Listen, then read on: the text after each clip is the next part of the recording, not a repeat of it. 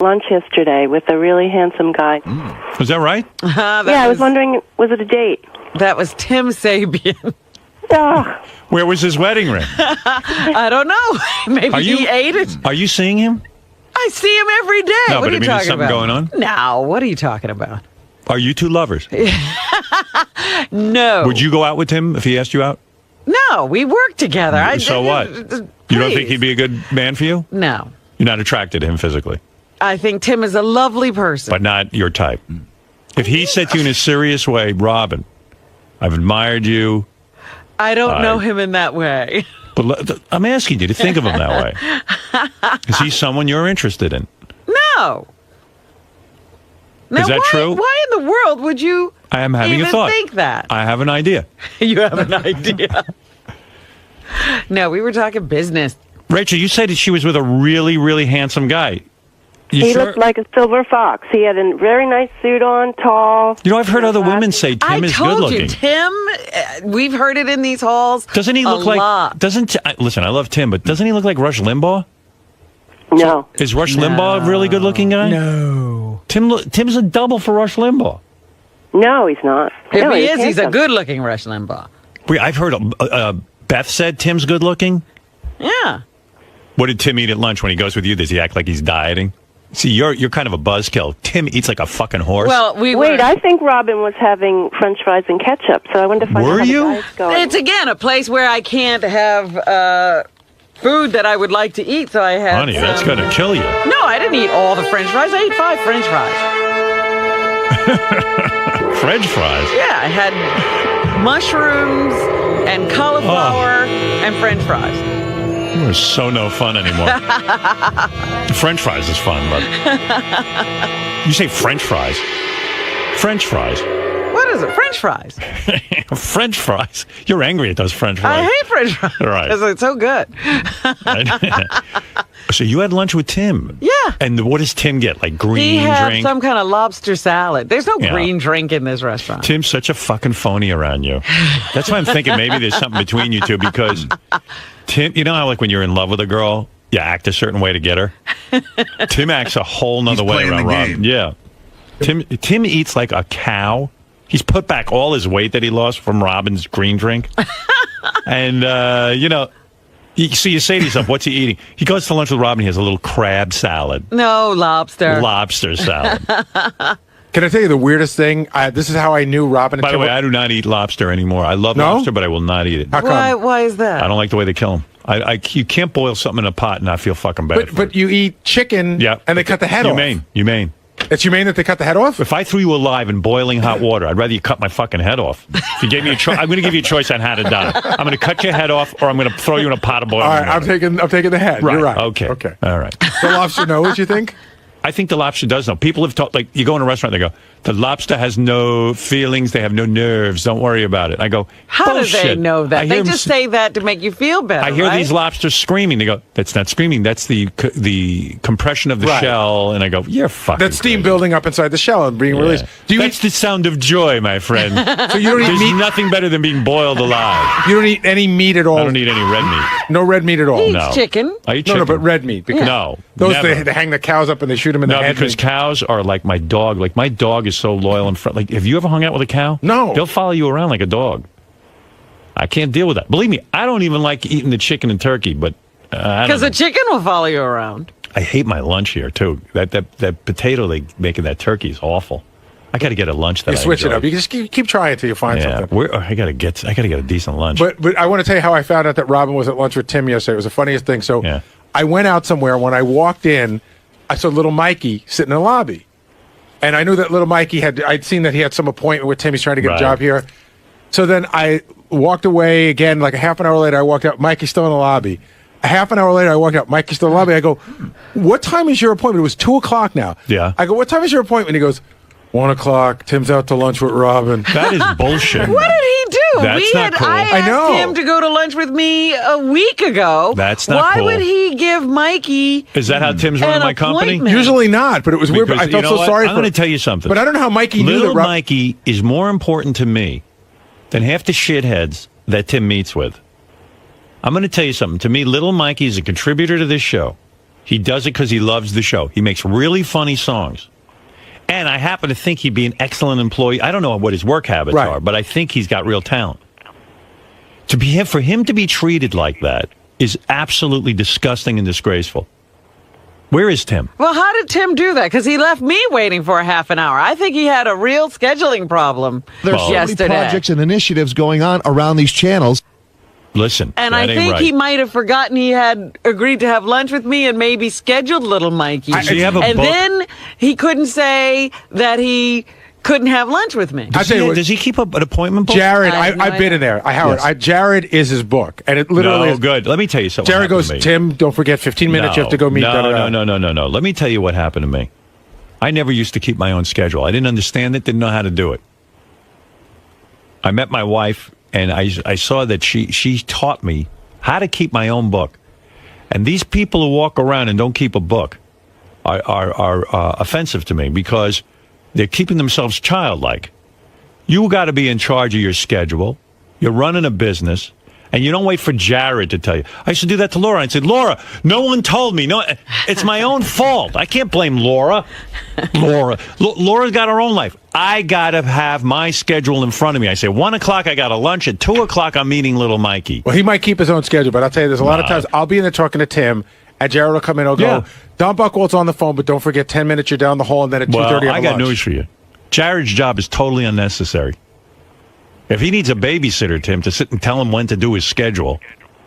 What's that? That's something's echoing on this line, on Rachel's line.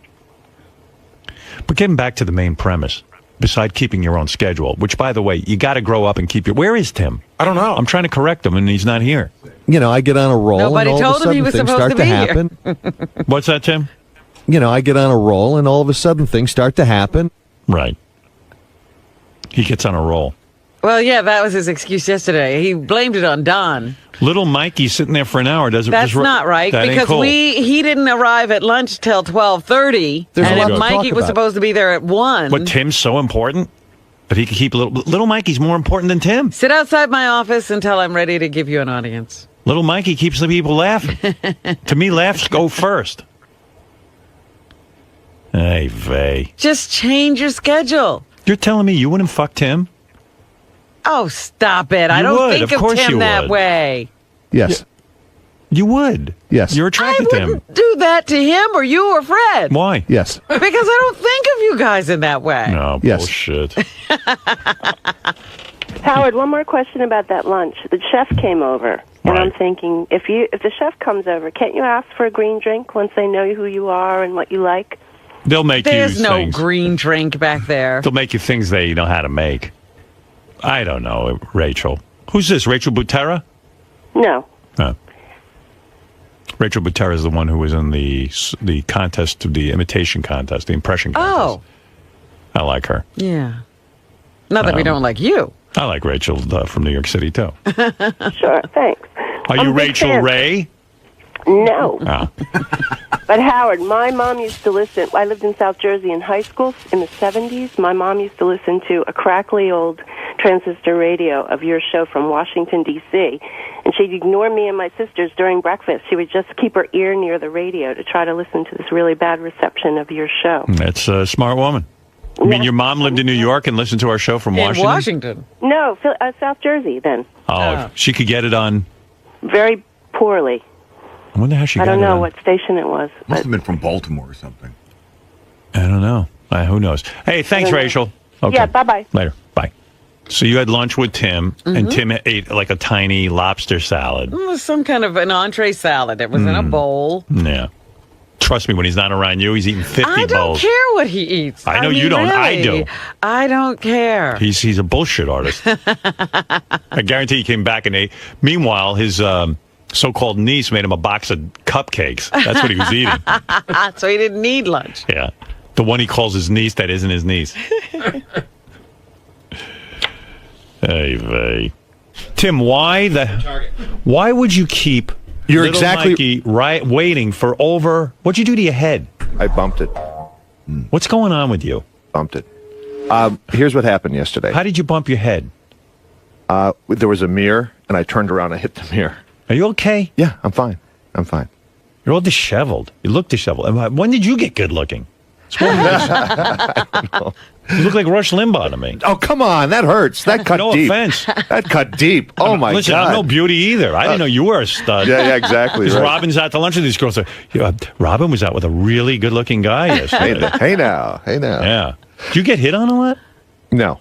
Like when you go to a strip club, do strippers come on you? No. Are you Nothing. kidding me? No. So you don't get hit on? No, not at all. Like no girl He ever... might not notice. No, it. I There think have been that- women sitting in our green room drooling over Tim. Really? Yeah. Wow. Who? I don't. Yeah, exactly. Who? Can't believe this. Joan Rivers? Right. Yeah, like Robin, do you know of anyone? Yeah. I'm trying to think of who it was. Was it but, Wendy the there retard? No, Yeah, probably. no. Probably. There were a lot of, and even some of the guests who sat in on the Really? couch have said, "Wow, who's that good-looking guy?" Oh, really? Point that out In the next the time. suit. Yeah, me too. Yeah, show me. But yesterday, I got a call from Don. Which, Robin would totally fuck you. Oh, here we hey go. now. I'm telling you. How about that, Robin? She'd totally fuck you. Yeah, right. One There night you with go. me and all of our green drinks and I are out the door. That's unbelievable to me that you would have sex with Tim. When did that happen? It hasn't happened, but I'm saying that you would. All right. When did that happen? Look at When his did physique. I say that I would have sex with Tim? I just know you would. Okay, whatever. Okay, we had Mikey come in. Meanwhile, sex is so disgusting. I was on YouTube again last night, YouPorn. And the things I see on there, I'm disgusted with myself for watching it. What subject matter did you type I in typed yesterday? in all kinds of weird shit, and each one was more. I got more turned off. All kinds of bondage. I didn't like that. Lesbian bondage, heterosexual bondage. I'm watching. I just went back to Little Caprice and watched her get banged in a shower. Oh, God. I tell you. So- And porno is too graphic. It's horrible. I mean, the vaginal lips don't need to be seen so graphically. Where was I with you? Oh, yeah. So listen. You were going to let me go. 'Cause I was gonna be- No, seriously, Oh, Tim. okay. Square business. No, I swear to... No, Okay, let me say something. Okay, go ahead. You're correct. You are You don't absolutely know how to correct. keep a schedule? No, I Do absolutely... you have a book? Yeah, I have it in my BlackBerry, and I have it... Bullshit. No, I do. I'll show it to you. Don't keep it in your BlackBerry. That's the problem. Get a book. And Why I have... can't you and I keep it have in your BlackBerry? Because nobody knows how to use their BlackBerry No, for that. I do, and I have alerts that go off as to what times. So why were you a half hour late for lunch for Robin? Okay, because I was on the phone with Don, and I told Don, I says, I've got a lunch. So he kept going on. I said, I got to go. And Don does that. Don acts like when he has to talk, it's like if you say you have to go do something, he's like, no.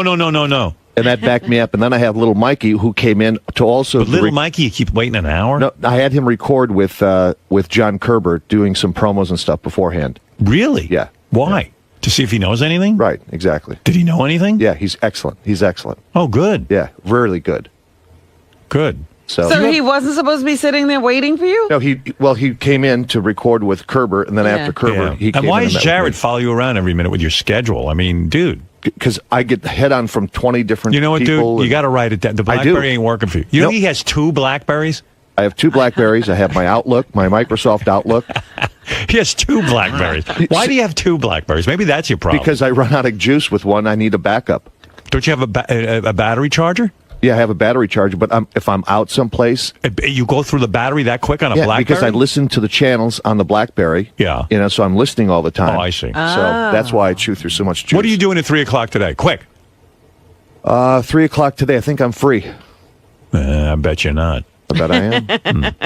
I bet I am. All right. So, but I apologize to little Mikey. Why but do you bullshit Robin so much with that eating in front of her? Like you have a little crab salad or lobster salad. You're full of shit. I literally put on 20 pounds since my lowest weight that I was. Right.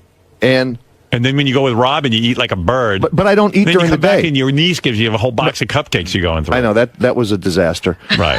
They're excellent. Yeah. She's an excellent. Have you tried? You should have tried one yesterday. They're awesome. Did you listen to Dr. Laura? Did you hear that whole thing? Oh my God! It was probably the best radio on radio. It was. I found our afternoon show. Now I'm a fan. Everybody's listening to Dr. Laura. Yeah. Exactly. I think it was probably the greatest radio ever. Right. And it really showed the great, callers that we have calling. It was awesome. Our callers are electrifying. Yeah. They know how to make any show good. Well, there you go. All right. So, thank you. Oh, here we go. What is Howard not understanding about your schedule or your technique? Because he seems to think he's got the perfect methods for staying organized and staying, on top of his schedule. I believe in keeping a schedule. I've got to keep a schedule, but I've got, about 90-some people that I work with during the day, and people just feel that they can barge right into my office at any time. So that's why I have Jared. He's a traffic cop basically, but I adhere to a schedule. But you get pulled off every once in a while because you've got so many people that need immediate answers to things. So you're constantly, adjusting and adapting. So that's what happens. So just keeping a simple book, as Howard puts it, isn't going to cut it, because you see way more interruptions and your schedule changes so much more on the fly than his. Right. I deal with all of Howard's people, and so that they're coming at you all the time. So they need immediate answers. So you almost act as a filter between Howard and all of these constant barrages. Yes, I am the filter. So you're actually protecting his schedule by I'm the protector of Howard Stern.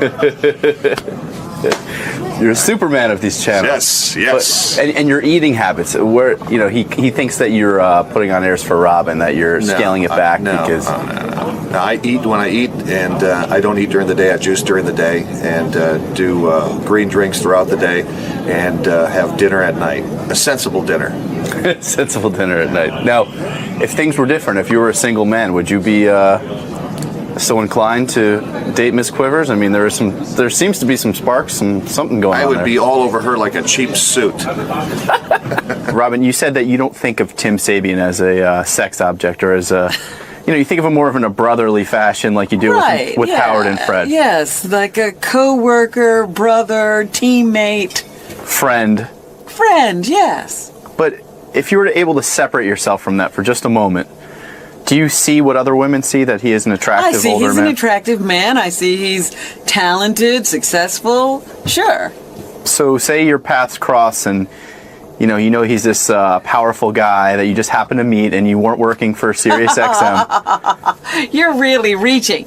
You also have to consider that, I know that Tim is a married man, and I'm a friend of his wife's. So that colors everything for me. But let's just play devil's advocate for a moment. If Why those do you factors have to weren't play at play, devil's advocate? Well, for the fans at home, not for my own personal knowledge. I'm doing this as a favor to them. Just to, if you in different circumstances, he's a single man, you're a single woman, you happen to meet. I see Tim across the room. Are you thinking Silver Fox? Yes, definitely. Wow. No, what strikes you? Because Howard always knocks his physique and that. No, he has beautiful gray hair. Like lots of times gray hair doesn't always look that good. His beautiful gray hair, beautiful eyes. He's fun-loving. He has a great personality, caring. He has a lot of positive attributes. So where do you think Howard's knocks on him come from? Because he seems to call him, you've gained all this weight, you're fat. Well, Howard is obsessed with weight, of course, but he knows that women don't look at men the same way men look at women. It's okay to have a few extra on you if you're a man, according to our society. It's not okay to have a few extra on you for health reasons, but you're not ruled out simply because of that by women. They're not going to be completely turned off just because you have 20 extra pounds on you. You can work on that. Right. If that Tim ever gets single. Fred is disgusting. One of the engineers had to clean out all of our equipment. Uh-huh. Fred had a plant growing out of his board? Like a fungi. Do you know about this? No, I do not. You must eat over your board, and all of a sudden, like a seed or something germinated. Really? I got pictures of it. It's the most Holy disturbing shit. goddamn thing you've ever seen. Oh, here. Dude, I look at this board all the time, and it doesn't look that bad. Here's what you had growing in your board. Something crazy here. You had this growing out of the board. They actually had to pull it out. Look at that. You got a plant. Look at it. What is that? I'm shocked. It looks like a bat.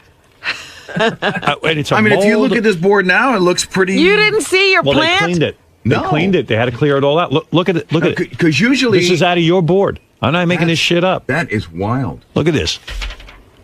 That was growing. That's amazing. Isn't that amazing? It's like a person. Wow. And they said it was like here. I'll read you the memo I got on this board. Or was it another part of it? No, that I should board. be looking. That board. Because I usually like to try and get those like little Clorox things that they do. I try to wipe it down and keep it sort of clean. Yeah, but evidently, like stuff Must be good for your plant. Maybe the plant likes it. The Clorox plant.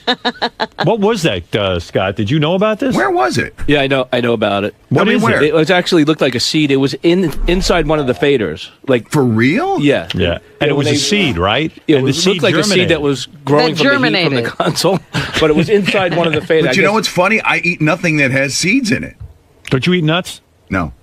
You don't eat anything with like sesame Fruit? seeds No. or You never eat fruit? The only thing I have have is, oranges or is- something? Maybe a no, seed? dude. The only thing I have is yogurt. That doesn't have a seed in it.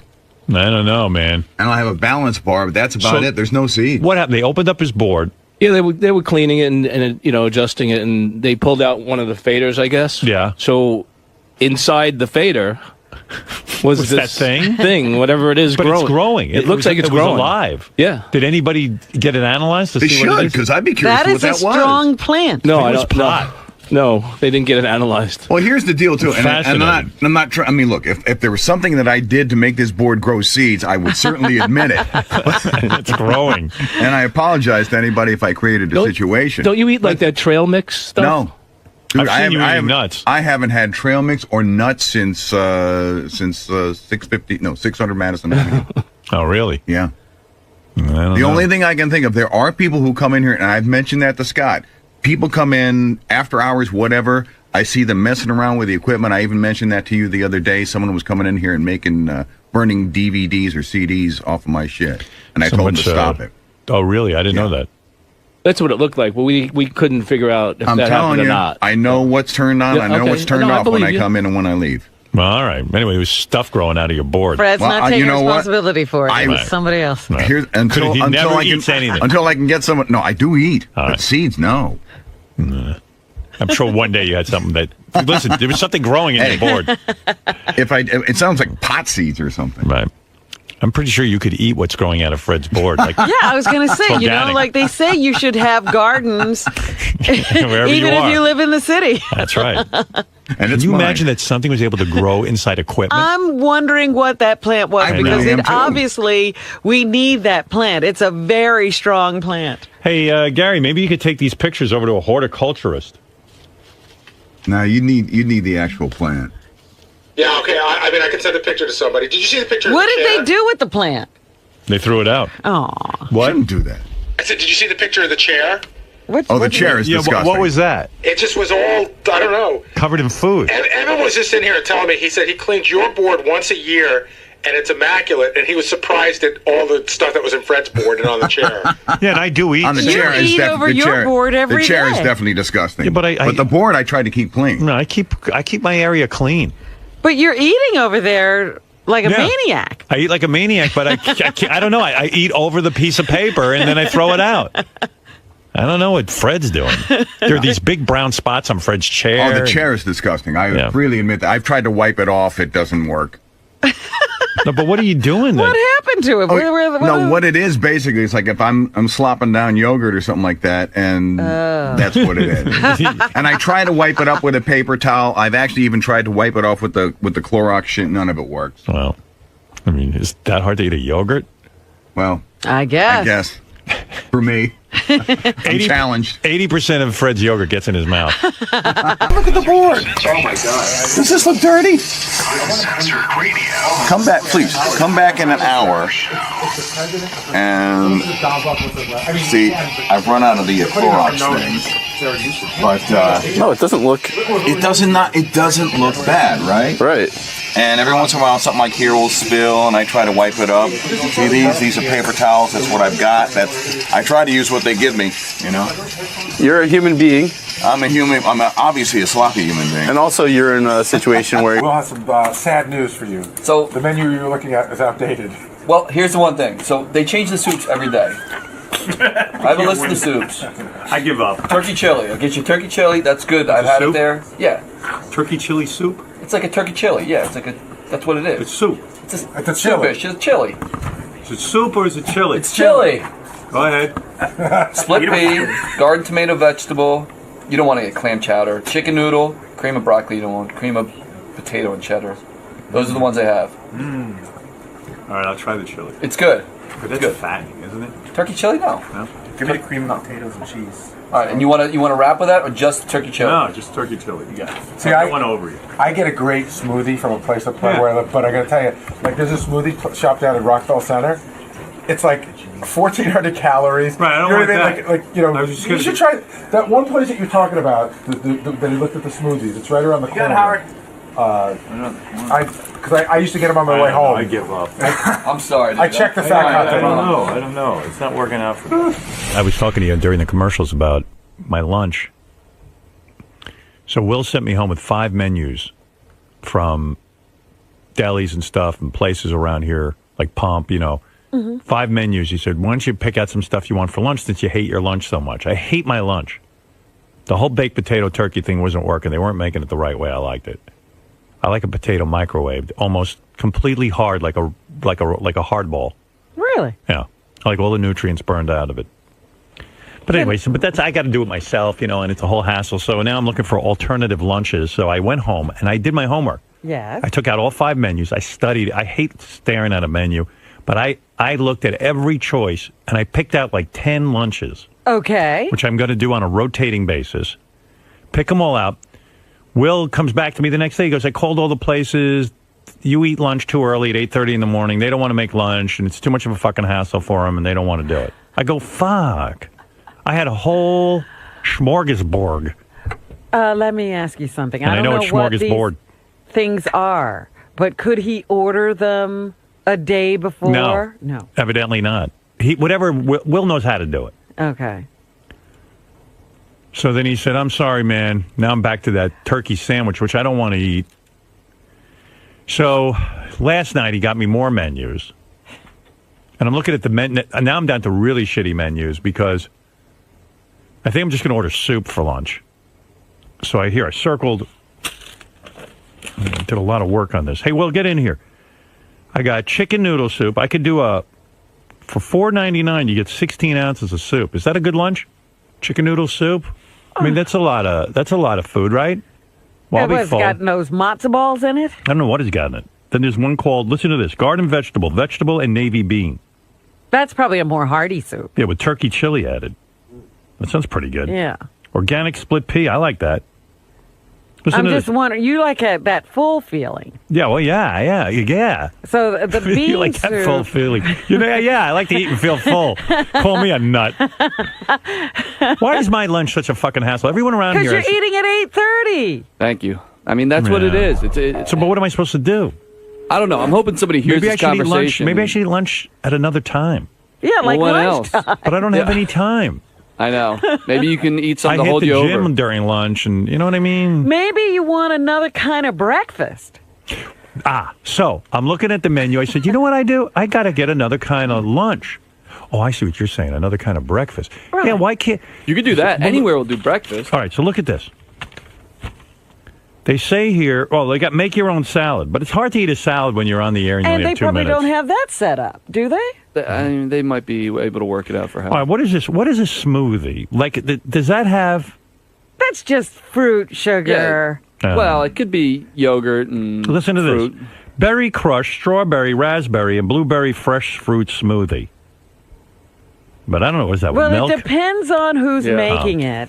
Well, wait a second. Here, Whether listen to it's, this. The Pump is a very healthy place. Okay. They make something called Energy Shake, $6.89. This could be my lunch. Now listen to this.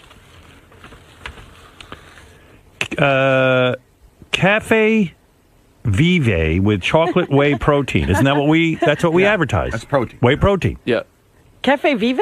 What's Cafe Vive? I don't want caffeine. Oh, it's coffee. Okay, forget that one. Right. How's this? Fruits of paradise, rice milk. That sounds good.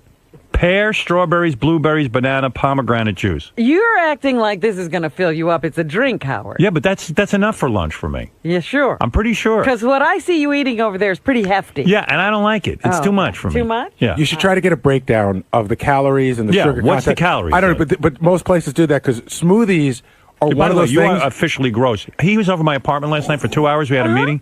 He claims he had eaten improperly because I put out some nuts and fruit, and that he had something caught in his throat. You're sick. You have a No, cough. no. You were coughing every I know. second. I had one of those wheat but things. you had a phlegmy, hacky cough. No, I just had something caught in my throat. No, you didn't. Yes, I did. You're sick. No, Howard. And during the meeting, I turned to Gary because he's in my apartment. I know. He's just like, and I go, Gary, are you okay? I was. I was fine for the whole meeting. You were snorting through the whole fucking meeting. I was fine for the whole meeting. And then in the middle, I had one of those wheat check things. Right. And like a thing got caught in my throat. It's one of those Dude, weird you were things. coughing for an hour. It wasn't an hour. Yeah.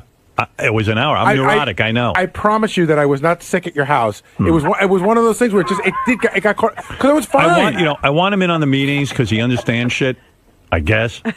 You think he Yeah, I think he does. But he's sitting there and he's like, and I know he has a cold or something because he's like, ugh, but not a dry cough. All winter long, he has issues because of the dryness. No, but he has a hack. I know what happened. He's got a phlegm in him. But that's what I'm saying. He always is gunked up. Yeah. Because of the dry heat and But he all claims of that stuff. he's never sick. And then when I told you I was sick last week. Listen to it. There it is. That's what I'm saying. Then when something rattles it, it all starts moving around. He was sick for a day, and all of a sudden it was gone. I was sick for 2 days. Are you better?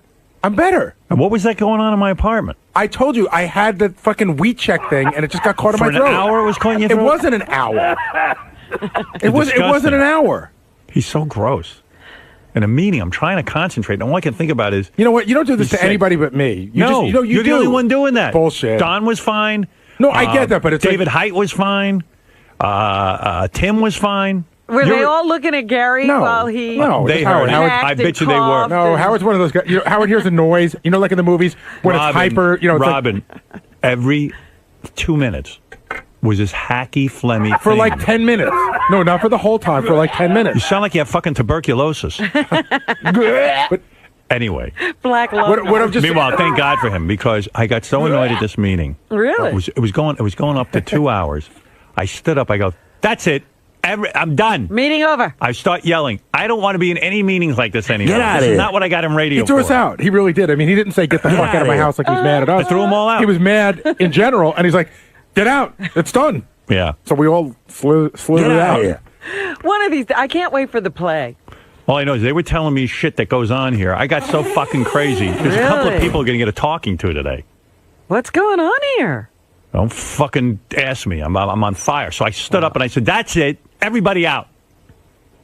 Robin, it was a lot like Get the outta scene here. in Larry Sanders where he goes, I want to be out of the loop. I'm Yeah. fucking done. That's Get what me I out. said. I said, guys, this is crazy. I didn't get into radio to be a manager. Yeah.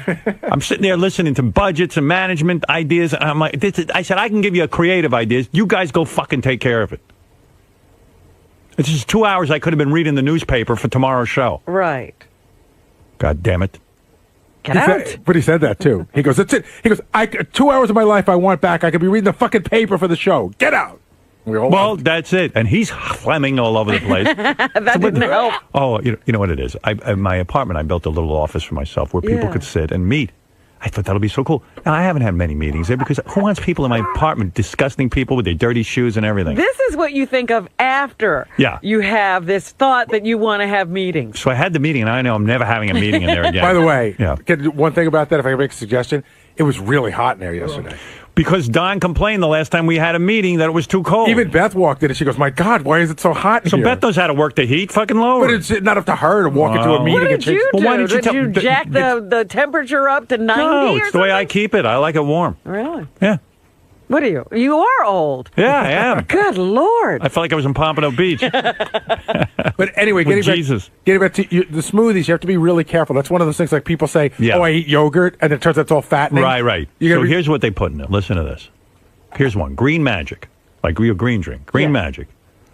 Orange juice, pineapple, basil, avocado, strawberries, all in a shake. Now, Oh, God. no good? No, Oh, God. Look at that shit you drink. Why? No good? It's all juices, which you Oh. know is sugar. Well, what can I put? What could I do? I mean, I got nothing to eat. I'm hungry. I just want to drink something or have some soup, and that'll be it. That'll be my lunch. I don't know. Yeah, I give up. I forget The it. soup you said with the beans, I think you would like. All right, get me that soup with the beans. What? What? Huh? Why do you ask me to look at these menus and then you act like you're a stranger? Soup with beans? Yeah, look. It was a it says here. cannelloni something or other. Look, Okay. right here it says vegetable and navy bean. Yeah, navy All right. beans. Turkey chili, add $1. You got it. Or organic split pea. That sounds good. All right. So Give me the garden vegetable for lunch today. Today? No, not garden vegetable, the vegetable and navy bean. We'll do our best today. So it You takes a see what I little mean? bit of I setup. can't get it. I'm the only guy who can't get it. I don't know what to tell you. We got to talk to the manager. She's not in till after the show. Forget it. No, I don't no. wanna We're eat. going to make it happen. I don't want to say no to you. Yeah, here's these menus. Find out what's in these smoothies. Do a full investigation. Get back to me. I have a whole staff and I can't get lunch. I want to make a suggestion to you. Once you said you would consider a vegetarian option. Yes.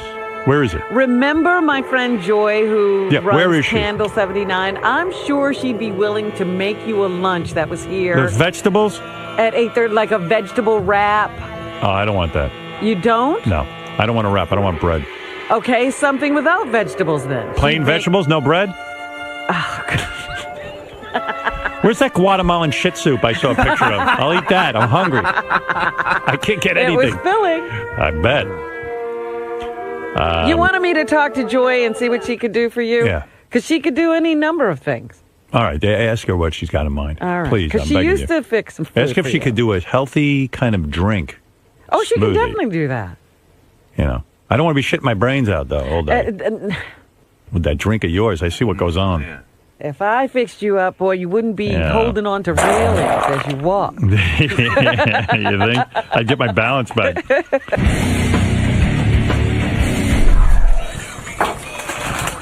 Turkey chili. Man, look at that thing. It looks like that's a big pot of chili. No, there's just some bread in there.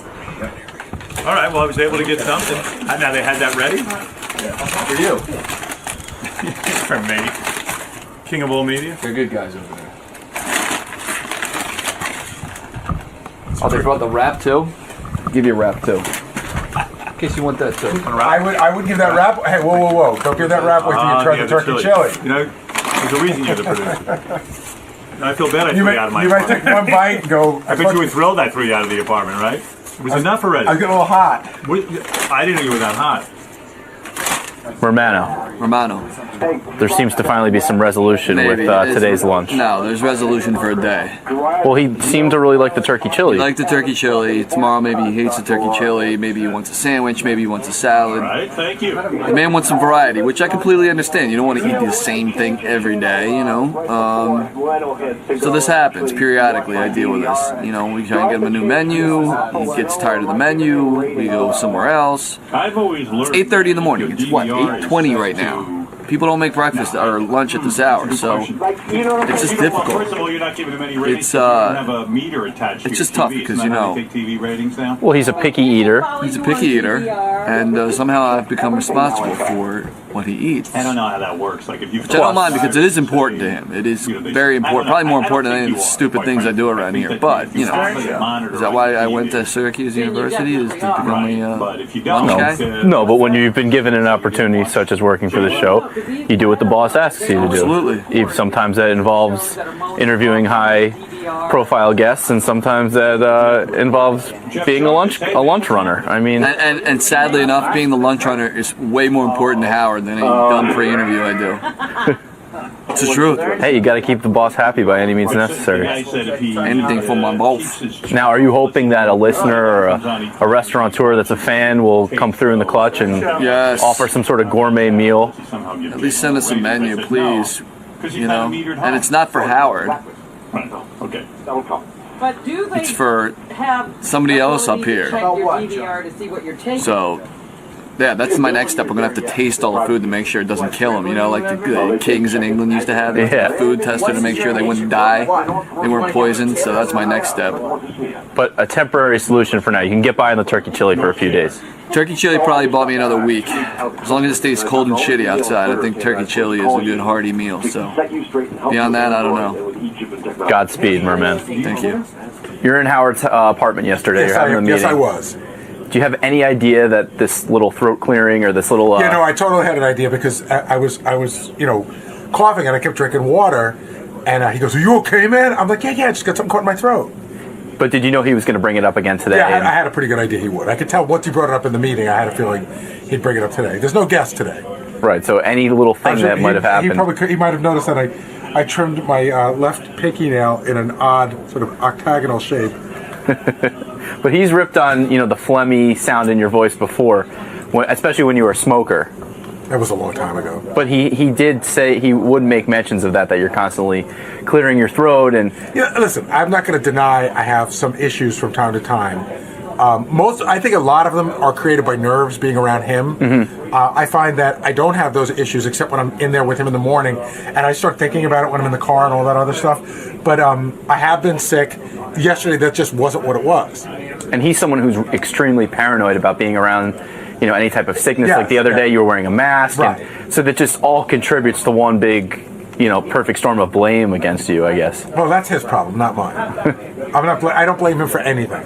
But going the other way, it sort of fulfills itself, because then it becomes more psychosomatic for you. Like you're going to be constantly thinking about it, and therefore clearing your throat more, and the whole thing just becomes. So a big in other cycle. words, you say basically Howard's making himself sick by focusing on me, making me crazy, and then giving it back to him. Exactly. He's nuts. Steven Tyler's guy said, "Hey, Steve was great. Steve's on Twitter now. Could you mention his Twitter address?" I got to get on Twitter. I want to follow people. You should. I like set up an account for you. Yeah, but I want to be. Don't I want my name? It might be taken. How do you think I should do it? Should go on his he says, look at his. I am Stephen T or something like that. Should go and see if Howard Stern's taken. I'm going to bet the farm But it I is. guarantee I could call them or have Jeff call them. I actually have emailed the guy, the owner, several times. I emailed him, and he's taken care of. He took a guy down that was a fake me, and he took down a guy.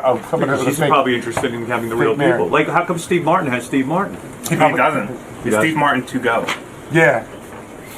You know what? Because Steve Martin's a comedy. Yeah, they probably don't do it if the person's legitimately, because that would be kind of right. A lot of people. I think I saw that yours might have even said it's being held for you. I think Really? I think Howard K. Stern has it. Yeah, right. So, would you check into it, Jason? Yeah. Or I know Jeff could do it, maybe. Well, check and see if Howard Stern's taken. Because I would like to. But will that mean people somehow can bother me? Yes. But I'm not going to Twitter. I just want to follow people. Right. Then, but if you just want to follow, you should use a fake name then you wouldn't. Right. Right, if you just want to follow, Yeah, if you just just go want on. to follow, Go on as your. But what if I want to Twitter something? What if I get inspired? Then get the name. Why don't you start with the fake name and then see if the real name, and you can hold that too. And who do you follow on that? I follow a bunch of people, but like Steve Martin, I would. Steve Martin, I follow a bunch of sports guys. Yeah, news. You know who's worth following? Brie Olson. 20 seconds, Howard. Yeah, she's good. Oh my god, it's absurd the stuff she writes on there. I need to be fucked. I would follow. Roger Ebert's a great one. Ebert's a good Roger one. Ebert? He's great. Yeah. There's a couple of comedians that I follow. Roper's a good one, actually. You follow Robin. That's No, you fucking don't. funny. She's a horrible Twitter. No, but it's good material for the show. This is a good topic. All right, so I'll make a list for you, and I'll check out the names. It says yours has been suspended, so someone probably did it. You as fake, and now they're probably just locked it up. Once it's suspended, you can never get it back. They probably could for let me get my Howard. name. Hillary Schuff works with Twitter. Like she has direct contact there, so Okay. I'll talk to her about it. All right, and then I would follow someone. Okay. I'll put a list together for you. And someone will follow you. Now with my new Android phone, I get updates on everything. So I'm going to get a Twitter account. Oh, good. So- People have been asking me, get Howard on Twitter. I'm going to get on Twitter. Jason's going to sign me up today, and then but I'm only going to follow people at first. Oh, that's so silly. Yeah. So I said, who should I follow? First of all, I got this letter from Steven Tyler's people saying, thank you for having Steven on the other day. It was a lot of fun. Can you let everyone know that Steven has started tweeting? This is what got me thinking. His name is, I guess he doesn't own his own name. I am Stephen T. His account is I am Stephen T. Okay. I'm going to follow him. Yeah, and I said to myself, I'd like to see what Steven Tyler has to say. He's a very witty gentleman. And is he Stephen with a V or a PH? V. And so I was like, and plus with my phone, I have a widget that I just get notified whenever somebody Mentions you? or not mentions me, but tweets. Oh, You okay. know. So I said, I heard Steve Martin's a real good tweeter. I would follow him and Steven Tyler. And then I said to the guys, who else am I going to follow? Well, Joan Rivers, Lisa Lampanelli. One of the guys said Roger Ebert is the best tweeter. He is amazing. He's always on there, and he's got good information, yeah. So I'm going to get in on that and see what's happening. If you want the inane, Paris Hilton, Does she have a tweet? Yeah. But does she write it or does some idiot write it for her? Sometimes I think it's her because it's like, I'm going to go to sleep now. Naps are so much fun. Naps are great. They are great. She's right. I need to read that. I've been feeling bad about napping. No kidding, yeah. She says naps are great, huh? Yeah. That's one of the things I read. Right. Yoko Ono, I love to follow because she's yeah? sort of announcing something or saying, one of her crazy love things. And how do you know who to follow? Is there a list of everyone that you can pick from? Yeah. Yeah, I might follow that because I like on my phone that it pops up.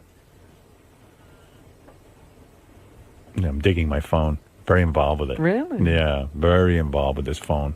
Don't ask. A day and night with the phone. It's my whole new life. You don't get frustrated every time you try one of these new things.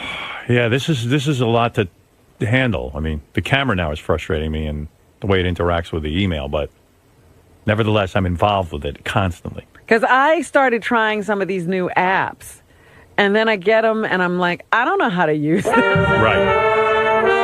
I downloaded it, now I don't know how to use it. What do you want, JD? I had someone you can follow on Twitter. Who? There's someone that... Well, everyone... I go, hey, maybe I'll follow Robin. And a couple of guys who will remain nameless said, Robin's the worst tweeter. I don't care what you say. I go, well, I'm going to follow. They go, what does she tweet about? I asked. Her vegetables. I said, oh, okay, I get it.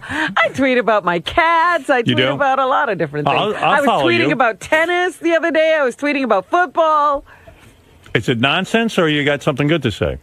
No, sometimes it depends. But lots of people were following the progress of my cat. So I was, tweeting about Leroy Brown and... All right, I'll follow you. Yeah.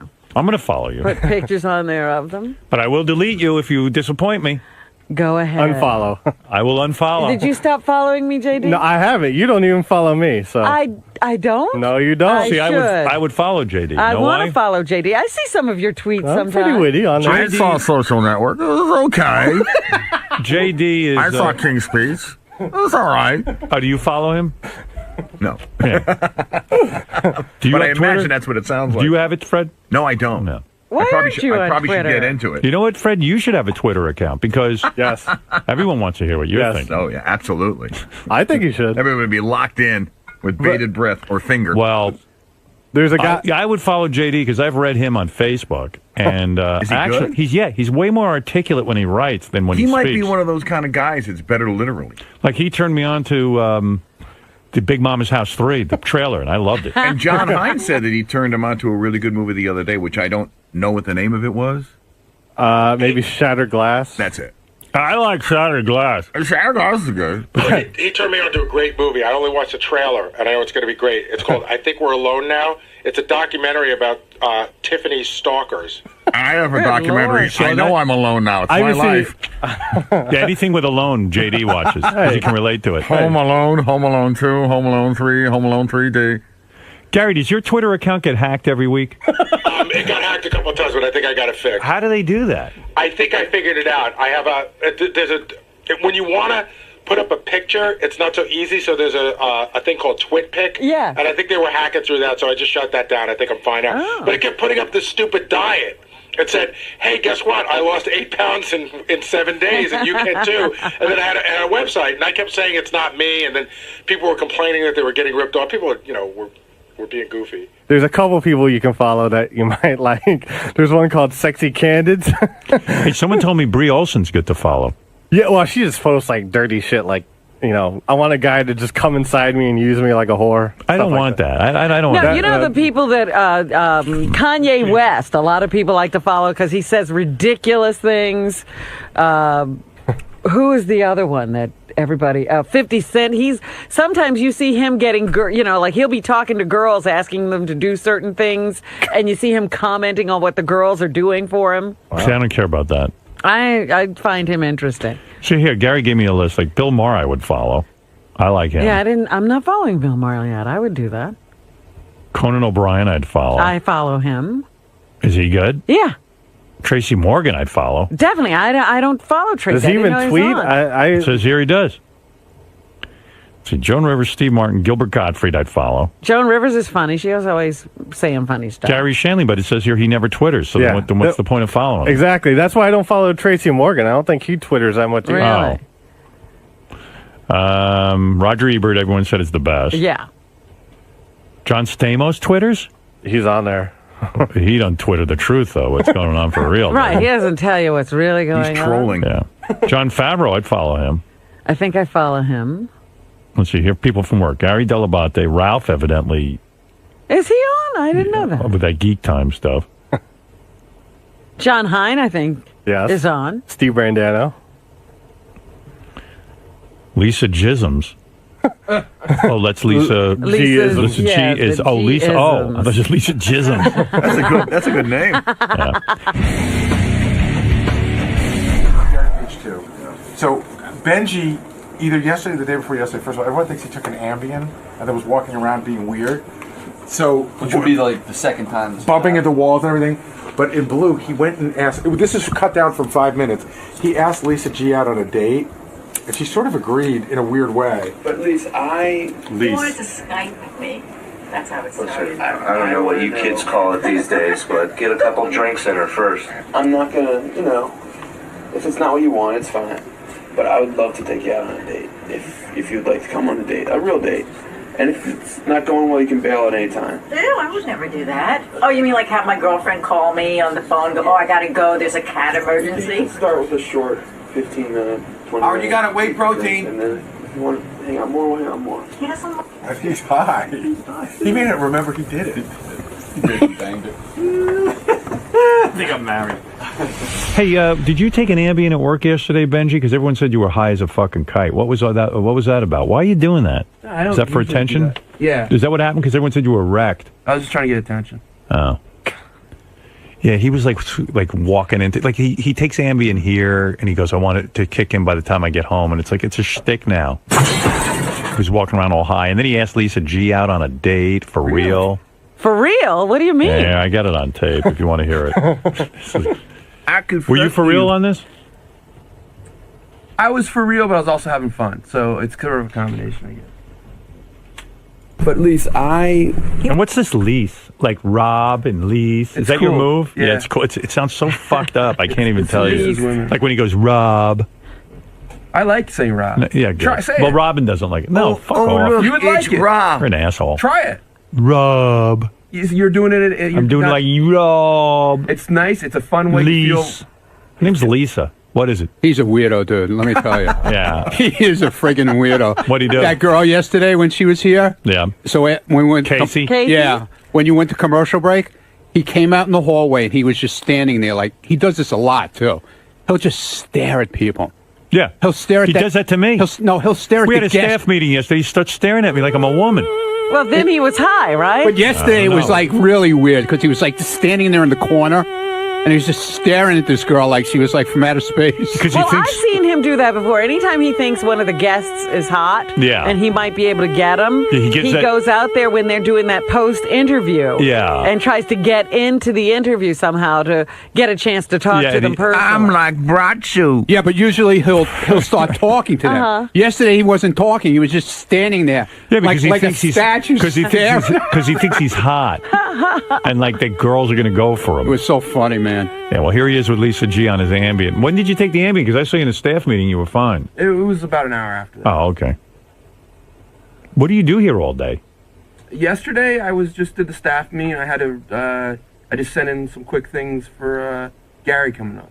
Why were you staring at me during the staff meeting? It was weird. Remember, I looked over you and I said, "Can you stop?" Remember, I was just kind of like, "Okay, man."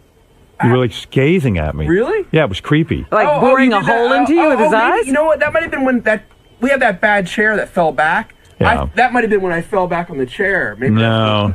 Maybe, I don't know. chair lash. I mean, I like looking at you, but I don't think I stare at you. You usually leave right after the wrap-up show. Why did you stay around all day? Yesterday? Yeah. Oh, I had to talk to Tim and I had to do some stuff here. Oh, okay. Oh, that was another thing because he was waiting for Tim. So every time, like he'd go, "Is Howard's meeting over? Is Tim out yet?" And then he'd go to Gary's office looking for Gary. Is Gary in there? No, I see Gary's in the green room. He's in a meeting with somebody. Oh, okay. And then he starts wandering around. Yeah, there's nothing and to then he do. comes. He goes, "Is Howard in the studio?" I go, no, Howard's in the bathroom in the studio. He goes, oh. And Right, because I thought I had to go back in the studio, and I thought you might be having a meeting, and I didn't want to interrupt. Yeah, all right. Anyway, here he is That's doing. really weird. You're weird, man. Here he is with Lisa G. I love you, Benji, man. You're weird. High as a kite. But Lisa, He wanted to Skype with me. That's how it started. Listen, I don't know what you kids call it these days, That's but truly- get a couple drinks in her first. I'm not gonna, if it's not what you want, it's fine. But I would love to take you out on a date if you'd like to come on a date, a real date. And if it's not going well, you can bail at any time. Ew, I would never do that. Oh, you mean like have my girlfriend call me on the phone, go, oh, I gotta go, there's a cat We can emergency? even start with a short 15-minute, 20-minute meet for drinks, and then if you want to hang out more, we'll hang out more. He doesn't look high to you right now? No, he doesn't. Oh, come on. He looks like a guy who's asking to check out. Yeah, hi. Lisa, You're on Ambien, you're on something. I know you are. I know you. What did you take? you're avoiding. You are avoiding, Lisa. Here's the said- question on the table. Will you go out for drinks and possibly dinner with Benji, is what he's asking. As a date. As a date. I will go out with Benji if there are other people around. No. Now I want to do a real date. Why wouldn't you do it alone? Because I like Benji as a friend and a coworker. Right. And I think he would be better with someone younger. I really would like to take you on a date, seriously. We have a nice connection. We do. What about trying the group date first and then seeing if it leads to a real date? I would do that if that was the intention. Okay. What, can we agree that you guys put together a group date, and if that goes well, you'll give them a one-on-one date? Yeah. All right. And you'll treat it seriously? Yeah, sure. And you'll treat it seriously? Yes. Okay. I think Lisa was being very diplomatic. It's her way of saying Benji is fat and ugly, and I don't want to go out with him. Oh, what's funny, she says he'd be better off with somebody younger. I don't think there's that much age difference between Benji. That's the weird thing. You don't think so? No. Hey, Lisa, who's doing the news thing It here? might be Steve today. I'm All not right. sure. Oh, it's Lisa. It's Lisa. Would you ever look at him seriously in a romance, do you think? No. No. We're so opposite. Right. But if he got you alone, see, this is what he does. Right. He wears women down.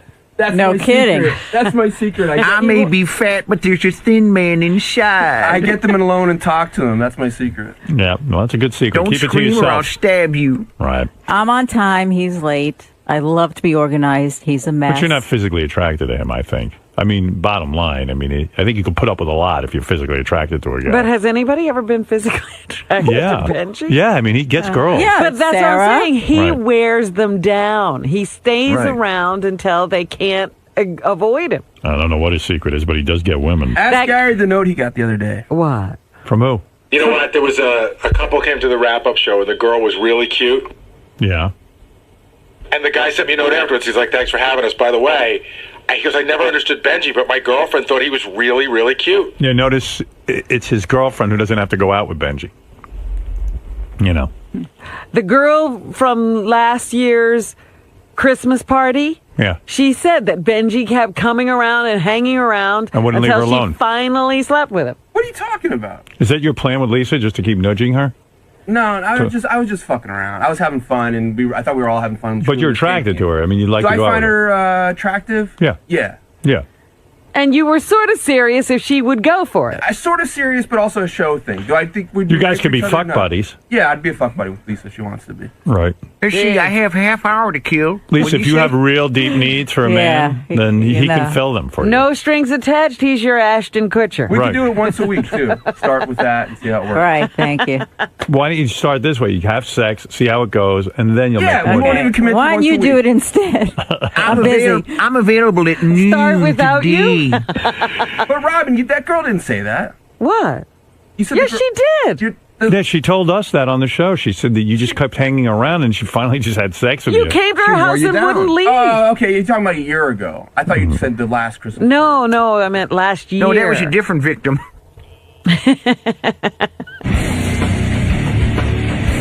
So, Lisa, Yes. when Benji attempted to sort of ask you out yesterday, You believe he was intoxicated or on some sort of he was medicated in some sort of way? Yeah, definitely. What gave that away physically? Were his pupils dilated? Were His eyes were half shut. He was stumbling. He was mumbling. Yeah. You don't think it was part of... Steve? Steve was here. He saw the whole thing. Steve, he seems sedated, to say the least.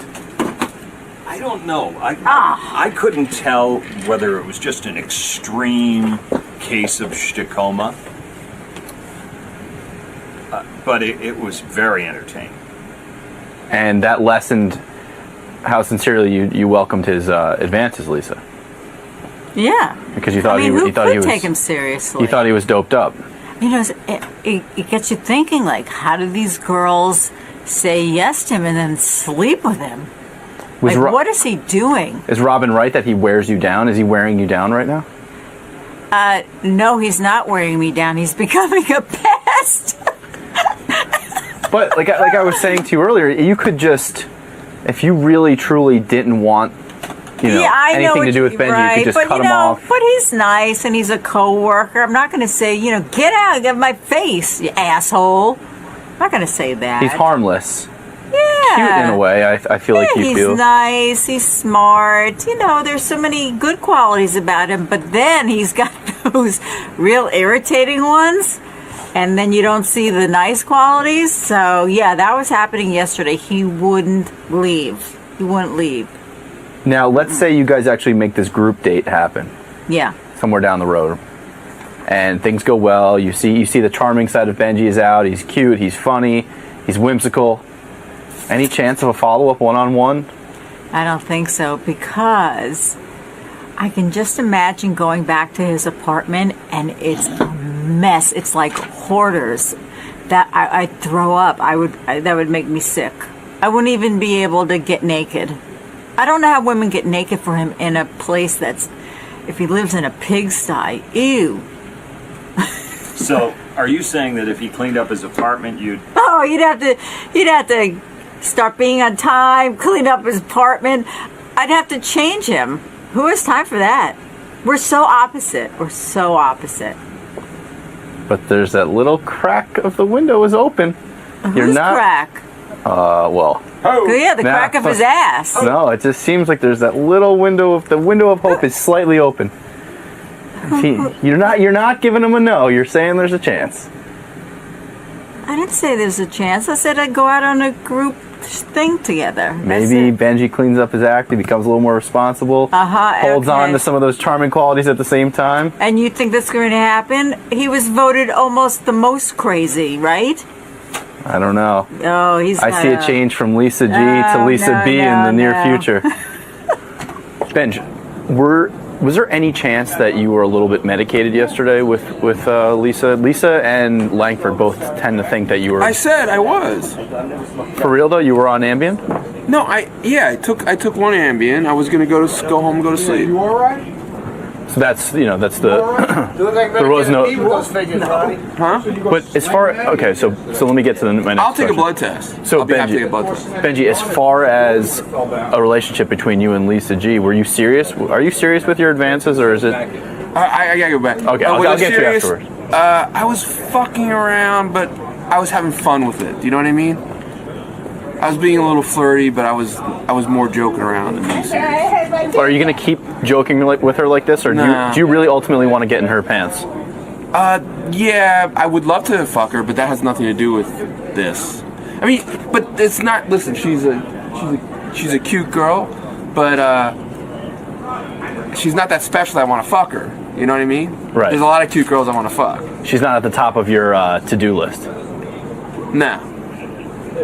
Of the girls that you guys know that work on the show, maybe she's in the top 3 or so. Well, in a male-dominated staff. Now she's cute. She has a nice body, but no, I don't dwell on that too much. Are you going to keep pressing like Robin says you tend to do, or that you wear down women with your advances? I think I'll try to rub against her in the hallway and stuff. Try to walk by her. And see if friction leads to something more. Yeah. Okay. All right. Thanks. Well, welcome here, but welcome back to the show. Yes. Yeah. It's been a long time. It has. It's a good thing I don't look any older. Which way am I going? Just here? This way. Okay. Thanks. Sure. So, are you looking forward to this appearance? So, a bit of a reuniting with Howard, or is this something Yes, you... I am. I think this is really the first time I've ever, I think, been here in person. And this is when you know you've arrived. I mean, when you're on The Simpsons, when you're on the cover of Rolling Stone, and when you're on Howard Stern, you know you're part of the pop culture. So it's truly something you respect, Howard's show and the whole nature of it. And everything. he's the best there is. I mean, yeah, he's the best there is. Period. On talk radio. So yeah, this is good. I'm getting nervous though. You are. Well, you know, you can. You know he's going to bring up whatever he's going to bring up, and there's no stopping him, or there's no preparation for that. No preparation. No, it's not like you studied the night before. There's no crash course in Howard.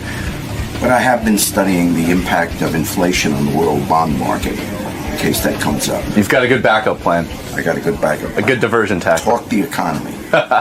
Hey, Jerry Springer's here. I'm always fascinated by Jerry. I told you, I just read that he made $500 million. Yeah, I understand he's incredibly wealthy. Yeah. I'm thinking of setting you up with him. Oh, jeez. Come on. Jerry. Another fix-up? What's happening? I have so many questions for you, Jerry. Hey, good to see you. What's happening? Nice seeing you. Jerry Springer, of course, host of the Jerry Springer Show, which, of course, is still on the air. Hello. You've probably been on the air as long as Oprah. Not really. No, not nationally. I was doing local news for 10 years. Jerry, I can't figure out why you walked away from America's Got Talent. Did you walk away? Did you get fired, or be honest with me? Yeah, I'm going to be honest the whole time. Really? I learned that. Right.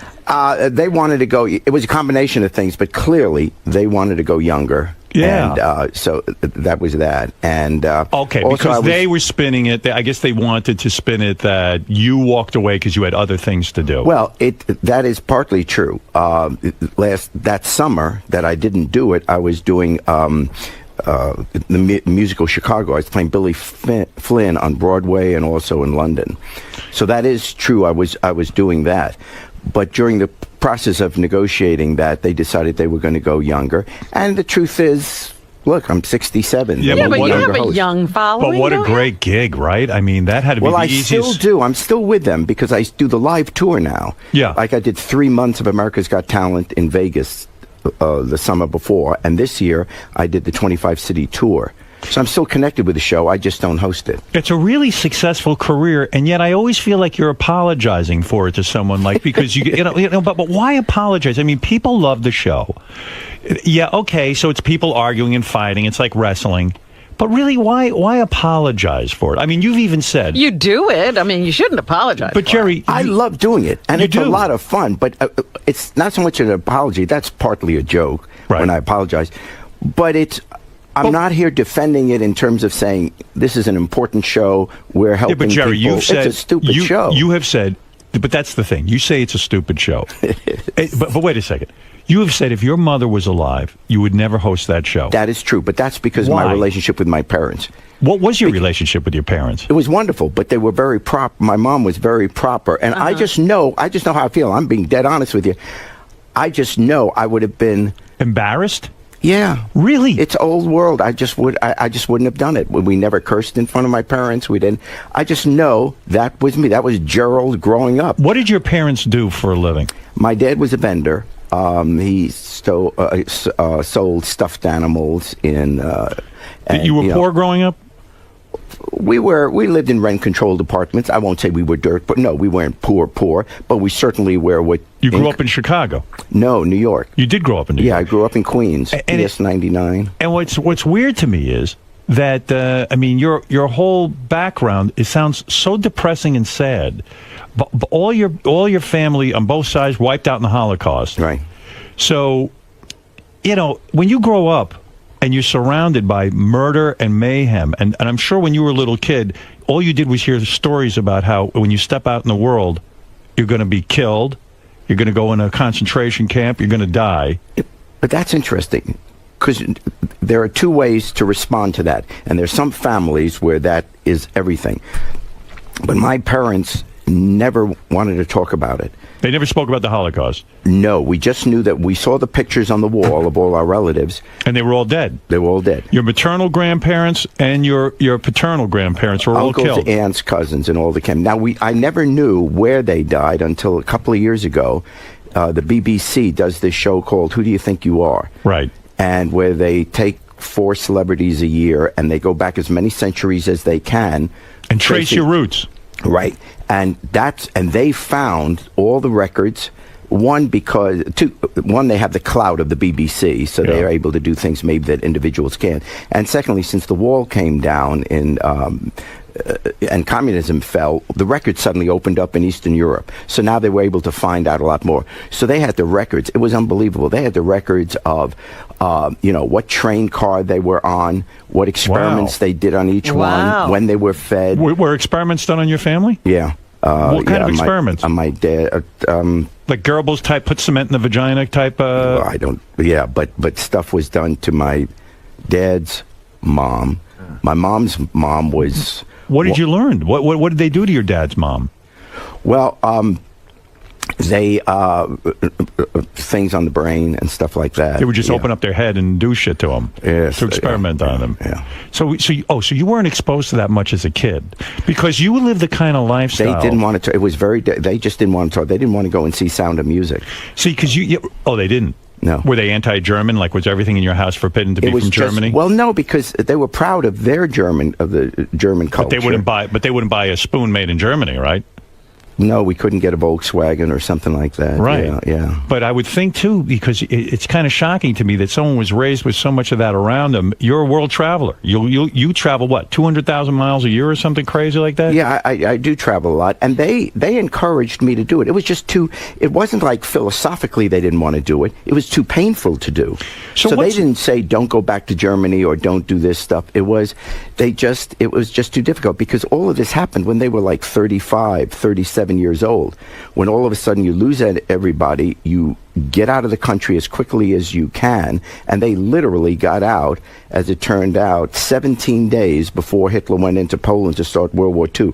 So according to the visa numbers, they were among the last 100 people to get out of Germany before September 1st, 1939, when the gates closed and the war started. Wow. So they literally just made it. And my sister was born a month later. So your mother's parents stayed and they got out. Your parents got out as kids. Mom and dad got out.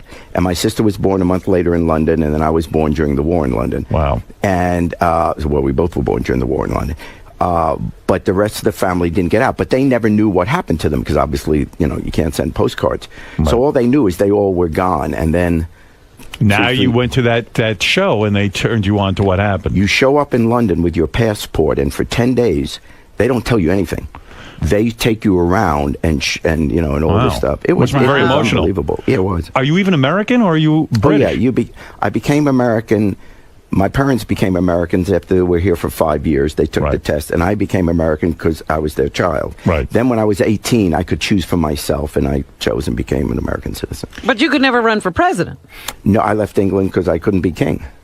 So your parents did they groom you for a political career? Because that's really how you started. Jerry Springer wasn't a guy who was on TV. You were a guy who was a mayor, and I think you were kind of planning a life in politics. Well, that was our passion. That was my passion, and we always talked about it at home. Not running for office, but I remember growing up at home. At every meal, my sister Evelyn and my sister and I, everyone at the table, 4 of us at the table, would talk about one thing they read in the newspaper that day. Now, initially, I was always, because I was a little boy, I would talk about sports, everything the Yankees did, everything, I grew up just talking sports. But then as I got older, I started to read the news pages other than sports, and it just became, I was fascinated with it. I mean, politics. Yeah. And so, how's a poor guy, not a poor guy, but sort of a lower middle class guy get into politics and have a successful career and get elected mayor of Cincinnati? Well, getting elected mayor was a fluke. I was during the 60s. I was a hippie, I guess you'd call it, and I was a war protester. and I was active in the civil rights movement, and because I really cared. I had no idea what my career would be. I wasn't thinking career at all. You weren't thinking radio, TV, anything like that? Nothing. Nothing. I was just thinking, let's stop the war. And my parents are saying, I did go to law school because it was just assumed that I would either go to, it's the stereotype. Were you a smart student? Yeah. Were you one of these, where'd you go to law school? Northwestern University. Oh, no kidding. So you were a really good student. Yeah. I did well in school. See, people don't think of you like that, right? They think of you as like some guy who's hosting this whacked out show. Well, the persona is, which I understand. That's right. And that's totally fine. I mean, I was just going to say to you, don't be embarrassed by the Jerry Springer show, and I'll tell you why. Because, and I know, like, you got shit from George Clooney. Clooney was a close family friend. That isn't. I mean, I met him once. Right. But Clooney was a supporter of you and was proud of you. And well, yeah, they were. The history there, and they're lovely people. I really like them. They don't like me, but I really like them. Yeah. But Nick his dad was the anchor on the competing television station that I was the anchor for 10 years. So we were competitors. Right. And we became number one, and a pretty dominant number one. You were an anchor man? Yeah. I didn't know that. That's how I got the talk show. I didn't know that. Yeah, I did 10 years on city council and mayor, and then in 82, my term was up in 81, and in 82 I ran for governor of Ohio. I didn't have a chance of winning, but it was a good race. Actually, it was pretty close. Yeah. I lost. The very next week, I was hired by the NBC affiliate to anchor the news in Cincinnati. I wanted to do political commentary, but they wanted me to anchor, so we had a trade-off that I would agree to anchor the news, but they would let me do a commentary every night at the end of the newscast, which at that time was really something new, because normally the station editorials and commentaries would always be by a general manager, station manager. In other words, never the anchor. Somebody else. But here you actually had the guy giving you the news at the end. I didn't even know you had this whole background. Yeah, I didn't even know how you came years. to be. Are you worth $500 million? Is that accurate?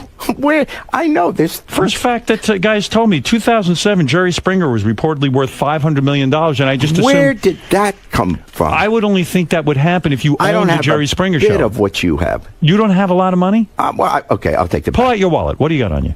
Come on, seriously. What do you have? He'll tell you what he's got in his wallet. No, what are you worth, Jerry? Do you own part of the Jerry Springer show? No. No? I do very well, but I'm not a billionaire. Do you get $20 million a year to host the Jerry Springer show? Well, I'm not going to tell you what I make. Why not? Why not tell you? It's personal. It's impressive. No, I do well. No one needs to send me money, but I do very well, and I'm very. But it's not $500 million. No. I mean, where does stuff like that? I don't know. This is what. Well, you know what happens. The bad part about that is then everybody calls you. We'd like you to build this school for $200 million. They think I'm Oprah. Well, we get these letters, and I'm thinking, what are they thinking? So the Jerry Springer show. My point being that George Clooney, getting back to that, while he respected you, you knew the family and all that. Once you started hosting the Jerry Springer show, they became disgusted with you. And they're like, you're persona non grata. I read that Snooki from that show, the New Jersey show, MTV, said she would never do your show because you have no class. She apologized. No, that never happened. That was a totally made-up story. And she apparently tweeted and sent us an email saying, I'm sorry that story. You rock, you're great. She didn't say she was too high class to do your show. That totally never happened. I never met her. But do you get a lot life. of shit walking around town? Do people say, oh, Jerry, it's a disgusting show and this and that? I mean, do you... God's truth. Yeah. Never. Right. Ever. So why be embarrassed? Well, because I wouldn't watch the show, but it's not aimed at me. When I was in college, I would watch it. Right. But it's not my demographic. All right, I understand what you're saying. Yeah. Then. Okay. So I don't apologize. Like, look, I've been doing it for 20 years, so obviously I'm not apologizing to the point of leaving it. The show is still successful, isn't it? Yeah. It's very successful. Yeah, it does well. It's got a niche. That's why. They said at one point at the height of the Jerry Springer show, listen to this number. You were on in 51 countries at the height, 30 million daily viewers. Well, we still are. We're in more than 51 countries now. Yeah, and they say the ratings have actually gone up. There was a period in recent years, not compared to what they were in the mid-'90s. But it's a niche programming. You know that. Do you wish you could be hosting something you're What more would proud you of? prefer to do? Like, what do you want to be Yeah, doing? if you could have your druthers and if you had made your name in the way you wanted to, what would you be doing? Meet the press? Yeah, I'd like to do either a political show on cable or a late night show. So why didn't you do it? Well, no one's asking me. But you got to make it. You got to put it out there. You could put now out I'm one too of those old. shows. I mean, because What are your politics? Are you still liberal? Oh, very liberal. It's very difficult to get a. Why do you think you're so liberal? Do you think it's your background with the Holocaust and all I that? think so. I mean, if I try to psychoanalyze myself, I think you live through that. But other people are conservative that live through that experience. So I don't know that it's universal what I'm saying, but at least the lesson I drew from that is you never judge people based on what they are. You only judge people based on what they do, and that makes you profoundly liberal. Are you against the war in Iraq? Oh, yeah. Are you against the war in Afghanistan? A little less so. A little less so. That's like me. I'm not against the war in Afghanistan. I understand why that was happening. Exactly. The war in Iraq, I don't had get. to break up their bases. The war in Iraq. Well, I'll tell you the stupidest thing, and then I'll get off Iraq. But the part that never gets discussed, everyone was always talking during the time, including my liberal friends, about he's lying, they knew that, and all that. My argument was the other way. My argument was, let's assume they were telling the truth. Right. That Bush really believed that they had weapons of mass destruction. Then what we did was even worse. Why would you start a war with a country that has weapons of mass destruction when you admit you don't know where they are? I mean, isn't that Find out crazy? what's right. Yeah, maybe that is So you crazy. knew you It was couldn't a take them crazy out time. because we knew we didn't know where they were. Why start a war when you really believe? If you honestly believe they had weapons of mass destruction, they could have wiped out Israel. They could have wiped out the Middle East. Do you wish you were president? Oh, yeah, that's the best job in the world. No, seriously. I do you really wish, do. I'm being... You wanted to be a politician. Did you get derailed because of the hooker thing? No, that happened before. In fairness, that happened 5 years before I ever became mayor. What did you think when you opened up the paper and you saw Spitzer was resigning as governor of New York because he went to a hooker? Did you say to yourself, hey, wait a second, what is the big deal? Well, on one hand, I did. On the other hand, I understand why that became a big issue, because so much of what he was doing politically was against these people. Against in other words, corruption. it was the hypocrisy. Right. He could be held up for blackmail because he's going to hookers. Yeah, it made it. So it wasn't the fact that he was with a woman. It was the fact that it was exactly the opposite of what he was going after these people. And that kind of made people uncomfortable. So why didn't you stay in office? I never understood that either. Oh, why did you resign as a result of seeing a hooker? Because I was 27. I mean, I was, that was overwhelming to me at the time. And I said, oh my gosh, my life's over. In hindsight. You wish you'd stayed. Well, it didn't matter because I went back. I was elected the next year. Right. And then I became mayor of the city. So, I mean, it had no effect on my career. Mm-hmm. So maybe Zero. Spitzer should have stayed in office is what you're saying. Times have changed. Yeah. But I think times have changed. I don't know. And who am I to judge someone else on? And you would pay in cash now if you had to do it all over again. Is that true? Well, she never cashed the check. So I always thought, wait a second. Are you for? I didn't pay for it because Maybe it wasn't she cashed. liked me. That's right. Yeah. Are you for legalizing No, I'm sure she prostitution? didn't like You've got to be for legalizing pot, right? No. You're not? No, well, I tell you what. Well, here's a decision I made early on in my life. It was during when I was in politics and also during the Vietnam era and a little after it. I figured we had to choose our issues. And I was so big on the civil rights and on the anti-war movement, I didn't want to lose support on that because I was arguing on whether or not people ought to be able to smoke. So I just said, I'm not getting involved in that issue. Well, no, that's smart as a politician because. But that even would as a person, I don't want that fight because I'm going to choose my fights. I'm not a pot smoker. I don't do drugs, but I would recognize. I'm the anybody's one right. person that understood Bill Clinton. When he said he didn't inhale? Yeah. Because you never inhaled? Never. You tried Ever. it and you were uncomfortable with it. At one party, I tried and I started choking and it burned. It burnt the back of my... And you said, I don't want to do this. And then I was always in a point in my life when I couldn't. For example, back in the 60s, I was then in law school. Right. And it was made very clear to us on opening day of law school, if you ever do it, you can't be admitted to the bar. Right. So that was out of the question. Right, that could blow your whole thing. Right. And then the next day, I was running for office. Right. Once I got out of law school, and so then you don't do it because of politics. And then all of a sudden I'm a dad and this kind of stuff. Are you disappointed in your life that you're not somehow involved in politics right now? No, I've had... Are you happy with that? Are you happy the way things have gone? Yeah. I mean, what a life I've had. I mean, really, how arrogant would I be to say, boy, have I had it tough. I mean, you're glad you're not an anchorman. Anchorman now are getting screwed all over the place. They're not doing well, I never thought being an anchorman was...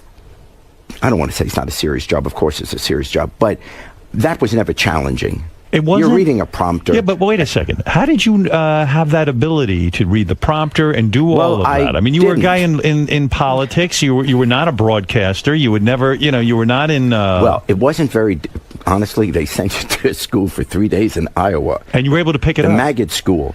Well, I was very... Maggot school? M-A-G-I-D. Oh, okay, all right. Yeah, that was his name. I mean, how negative about Anchorman? Yeah, maggot. Maggot school. Now you see my depression. Right.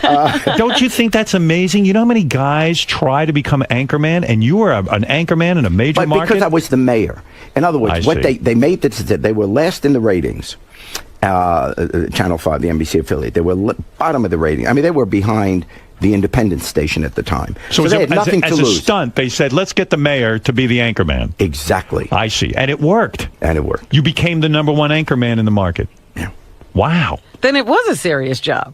Because yeah. Frankly, because of the commentaries. Yeah. I mean, that's what I kept winning at the time. You had regional Emmys. I guess they still have them. Yeah. Right. And I kept getting those. So, yeah, and I thought I was good at that. I mean, I'm not immodest in terms of what I think I do well. I think I'm a nice guy and I think I'm bright, but I'm not talented. And I'm not blowing Maybe you smoke are, at you. though. Why are you so... Why are you so because I know what I'm good at. The fact that you became an anchorman and were successful, and you were a successful That's a anchorman skill. for 10 it's years. not a talent. Sure it is. No one would have picked me out of high school and said, this guy's going to make it in show business. You don't think Chuck Scarborough in New York is a talented individual? He's an anchorman. He's been successful for his entire career. He's good looking. He may be, but you don't have to be talented to be in television. Really? He may be. Gee, you have to be talented to be on the stage on Broadway.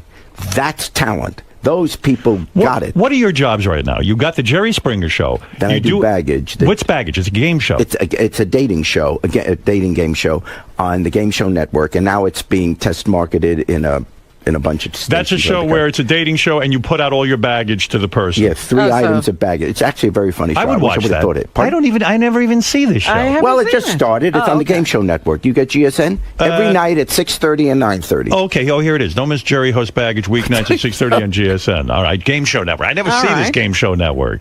So you host. That's a funny show. All right, I'll check it out. I don't you're proud apologize of. for that. Well, I wish I would have thought of it. I'm the host and I make jokes, but that's a great show. Yeah. So a guy comes on and what does he say? What's the guy's well, let's worst say a guy baggage? comes on and out come these 3, let's say, beautiful women. Sometimes it's a woman and 3 guys. And a few times we've had a guy and 3 guys, in other words, gay relationships. But anyway, let's say a guy comes on and he's going to choose from 3 beautiful women. And the women come out, and just like in traditional dating game shows, they talk about how wonderful they are. And then, but during the course of the show, they have to open a small, medium, and large bag. Right. And when you open it, it's just like in Deal or No Deal. There it says what the baggage is. I have lunch with my ex every other week. I see. So the guy starts eliminating, saying, you have too much baggage. Finally, at the end of the show, he chooses the one woman. They're hugging. This is wonderful. But now, before the show ends, he has to open up his big bag. And then sometimes she says, that's too much. What's the worst baggage a guy has sometimes? Well, the most different baggage was this woman was the contestant, and she had to choose among these 3 hot-looking guys, and she picked this one guy. He was so happy because she was a bombshell. Right. They're so happy, but now she has to open hers, and it turned out she was born a man. Oh, whoa. Yeah. Really? Yeah. Was that a deal breaker? You couldn't, you couldn't tell. Really? I couldn't tell. I mean, I really couldn't. And you've seen a lot of... Oh, I live with that. I mean, I live on my show with that. Right. But Did you ever try homosexuality? No. That's not your thing. No. Would you ever be with a woman who looked like a woman, as good looking as this one, but was a man? Was formerly a man? Do you think you could follow? Well, I'm happy where I am, but are you happy? What are you now? Are you married? I've been married for 37 years. I thought for a while. I thought you had separated in 2008. I know all this stuff is always written. Is that not true? I am very happily married. You are? Yes. Monogamous? Yeah. No kidding. Yeah. Where do you live now? I haven't, Austin, but Yeah, right. but you no, had a couple of years. yeah. Did fame go to your head for a couple of years where you said, "Jesus Christ, I've never been this famous"? No. I And got you're to, close to blue everything? Yeah. And you were just like, fuck it, I You know, gotta you'll go have for to it. talk to other people, but I don't think there's anyone who ever worked with me, anyone who knows me that ever. I don't have any friends in show business. I have the same friends I grew up with. Honestly, I live such a lovely existence, but a normal. But you're over the whole chick thing. The what? The whole chick thing. I mean, you're just well, like... when I was in college, boy, because I never had a date in high school, Right. which is true. I was the shortest kid in school. Right. And, now I'm 6 feet, but I was only 5'1" when I graduated high school. Really? My dad was 5'2", so there was never any thought that I would grow. And then I started growing in college and law school. I mean, I was growing in my 20s, and really the bones hurt. Late bloomer. Very late. Not I was going to say, that growth spurt must have killed you. When did you lose your virginity? During rush week in college, my freshman year. I was 17. College seemed like an oasis. You were 17 in I college? remember having to lie to my parents because rush week was 10 days before the first day of class. I went to undergraduate at Tulane University in New Orleans. You were 17 in college? Yeah. No kid. So what, were you some kind of brainiac? Who graduated? Did you graduate early, or was that on time? It was on time because. What'd you get on your SATs? Did you get like a 1600 or something?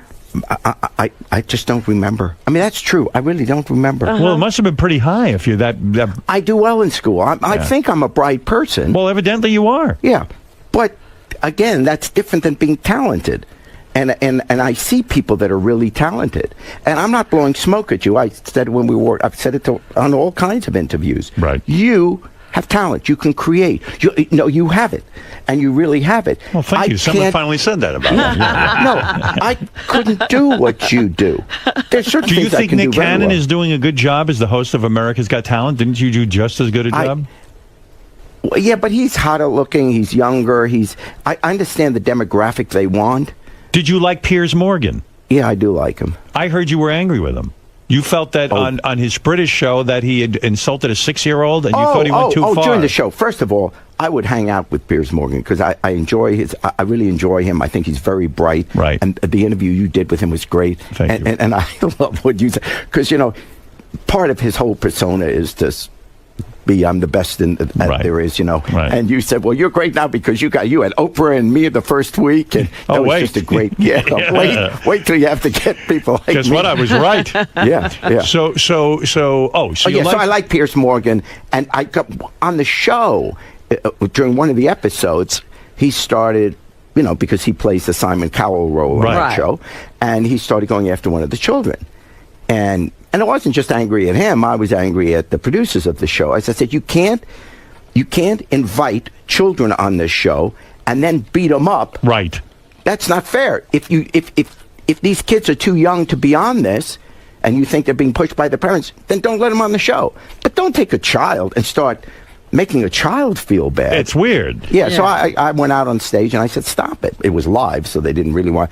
But, the poor kid... But you say you have no talent, but isn't one of your gigs now, you're in England doing a play? You're doing shows. You're doing plays. Yeah. What are you in, Peter Pan or enjoy something? doing it. Yeah, I Peter just Pan? finished. You played Peter Pan? No, Captain Hook. Captain Hook. Okay. I was going to say, are you up on the wire? I'd watch you in Peter Pan. Yeah. So you're Captain Hook. So don't you have to have talent to do that? Yeah. And you said you were in Chicago? You do have to. You didn't see the performance. Oh, did you get bad reviews? No, I got good reviews. The best... Is it hard to memorize the lines? The memorization isn't difficult. It's... you have such respect. When I did 2 summers ago, I did Billy Flynn, playing Billy Flynn in Chicago. Right. That was the toughest thing I ever had to do in show business. And I have such respect for these people. Why are you doing this? Why? Don't you have to dance and sing and everything? One day I'm going to die. Now it's you want to experience everything. Exactly. Someone comes to you and said, "Would you like to be on Broadway?" Do they audition you to see that you can even do this? No, this was funny. When I did the Billy, they saw me on Dancing with the Stars. Right. The producers in London. Did that do you a lot of good, Dancing with the Stars?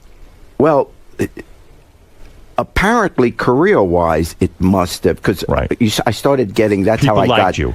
That's when I got America's Got Talent, The Offer, and Broadway, and all this. I think you like doing it too because it let people see you in another way. Well, I did it honestly. I did it for Katie, my daughter. Yeah, that was kind of touching. Yeah. You were dancing. Your daughter Yeah, was... but I mean, she's special. I mean, she's great. So therefore, I would do it. Right. So anyway, but I wanted to learn the waltz and I said, okay, because originally when they asked, I said, no, I said no, not because I'm too good for them, but because I'm not too good for them. I'm not good enough for them. And I thought this is a younger person show. And I just said no. Well, 6 weeks later, apparently someone they had on the list just before the season started had dropped out. Right. And so they called again. And so I went home and I said, what do you think? And, oh, Dad, this will be great. Go, let's, do it. What was the whole premise? You're going to dance at your daughter's wedding or something? Yeah, just the father-daughter dance. Right. That came up because she was going to get married. She was getting married 3 months later, which she did. And your daughter had overcome special needs or something? I didn't know what it was. I didn't know what was going on there with you and your daughter. It was a whole emotional thing. Yeah, she's wonderful now, but she was born, blind and deaf and stuff like that. But she sees, legally blind. I mean, your daughter was born blind and deaf. And she can see now. One ear. No kidding. Yeah, but when we say blind, it doesn't mean she can't see anything. It means that she couldn't see things. She was legally blind. Legally blind. I mean, it was a wow. I mean, she could never drive or anything like that. That But she's wonderful. She's a mother. She's got we got a great grandson. But that must have been devastating to you. When Sure. your daughter, I mean, that's an amazing. But it's thing to- interesting. Once you have that situation, you can't imagine another child. And I mean, you can't imagine a different situation. You love This that is child. who she is. Yeah. Exactly. Yeah. Did they come to you? It's like did they know in the utero best thing in the world. that she had birth defects? Do they come to you and say you can abort and you can do? No, one, we wouldn't have, and secondly, no, we didn't know. Back then, you didn't know. And what'd you do? You got great help for your daughter, and she was able to persevere. Well, there were a bunch of things. She was born with no holes in the back of her nose. I mean, there were. No nasal passage in the back. You looked at her; it was everything looked, but it she just couldn't didn't breathe go through anywhere. her nose. Right. So immediately they had to open up. What was the reason for that? Did they say is it a they said it's coloboma of the optic nerve. It's 1 in 6 million have it. I mean, it's just it's a fluke. But she was born with a number of birth defects. Was there any particular thing? Yeah, I mean, she doesn't like talk. She's great. She's a 35-year-old woman who is a lovely, happily married, has a wonderful son. Our son is. So the whole thing became emotional for you because here is your little girl who you didn't know how her future was going to turn out, and here she was getting married. Her lifetime. She's a college grad. I mean, really, her life. That's exactly right. So it became she went from it what was a the triumph. prognosis is. Right.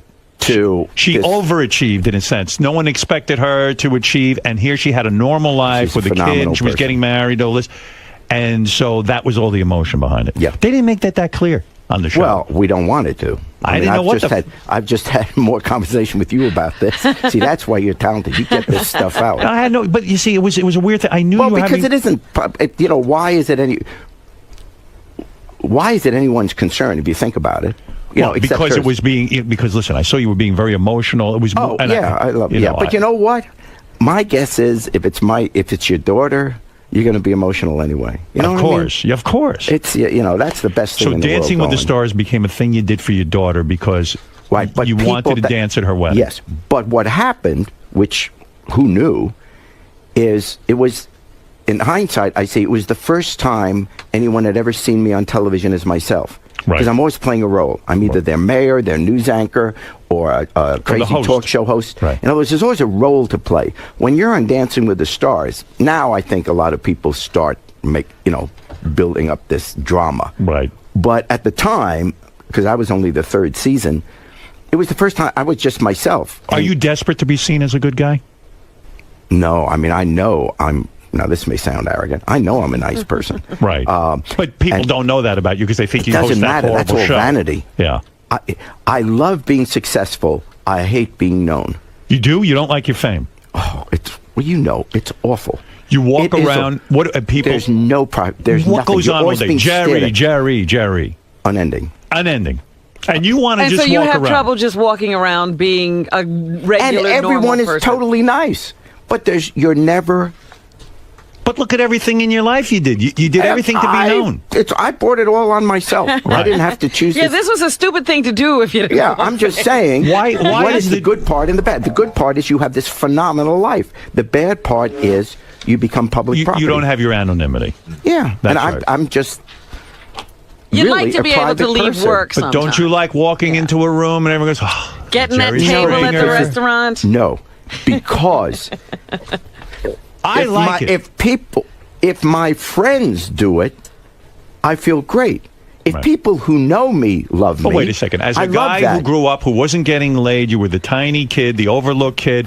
All of a sudden, you walk in the room. Oh, there's Jerry You're the Springer. rock star. You're a rock star. How can you not enjoy that a little bit? Because when you're standing in front of the mirror yourself, you know it's all they like. When people are saying that, they're very nice to me, and I appreciate it.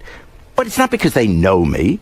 They see this person on television with celebrity, and therefore, we love you, man. Now, if someone who knows me says, I love you, now it goes the other way. If someone says something bad about me, I don't take it personally because I realize they don't know me. Right. If someone who knows me says something. Do what I do. I disguise myself as a woman. I walk around 90% of my free time as a woman. And it's very liberating, and I love it. Don't take this personally. You're not a very attractive woman. Oh, I believe me, I know. Did the Jerry Springer Show move up to Connecticut for tax reasons? In other words, it became cheaper to do the show up there. NBC moved a bunch of its shows. And I'm envious of your schedule. You tape, 2 days a week, the Jerry Springer Show for a 5-day-a-week show? Yeah, we do 3 on Monday, 2 on Tuesday. 3 shows you knock out on Monday. And then you're done. And yeah, you but then I walk in- go to LA and I do baggage. Now, but Jerry- for years, But Jerry, you had a lot of free let me time. understand the schedule. You walk in, you don't have to plan out the show, right? You don't get the two I'm brothers not who are allowed joined to at the know. head. You're not allowed to know. So you walk in and you come, hi, everybody, today's show is, and then they walk out. So the producers do all the work, and you're the host. My job is to try to be funny during the show. That's Ask beautiful questions and make jokes. Right. Beautiful. That's all I do with And that you don't show. consider that a talent? No, I don't not a think you know talent. what it is. Well, I think people like whatever it. your I'm comfortable in front of a camera. whatever your That's a gifts skill. are, you demean is what your problem is. That you don't think much of what you do. Because it isn't very difficult. When I was practicing you, law, they're not. You know, Please, Jerry, they're not. Not everybody could do what you do. I think they could. Is it true? Everybody, maybe not Jerry, everybody. Is it true when you were a child you walked around with a Superman costume underneath your clothing? Is that true? That's true. Oh, yeah, my. not a lot, but it was in the early 50s. I was in elementary school, and we watched every afternoon when we came home. George Reed, right? Yes. Yeah, doing playing Superman. And I remember getting a Superman outfit, and I just loved the show. And I went to school. You must have gotten your ass kicked in school a lot with that Superman Oh, costume. you have no idea how many times I was beaten up. Were you a beaten up kind of guy? You were bullied. Yeah. Do you laugh at these kids today who complain about being bullied and they just get an This email is what or something? I honestly did. Okay. I'm ashamed of this. All right.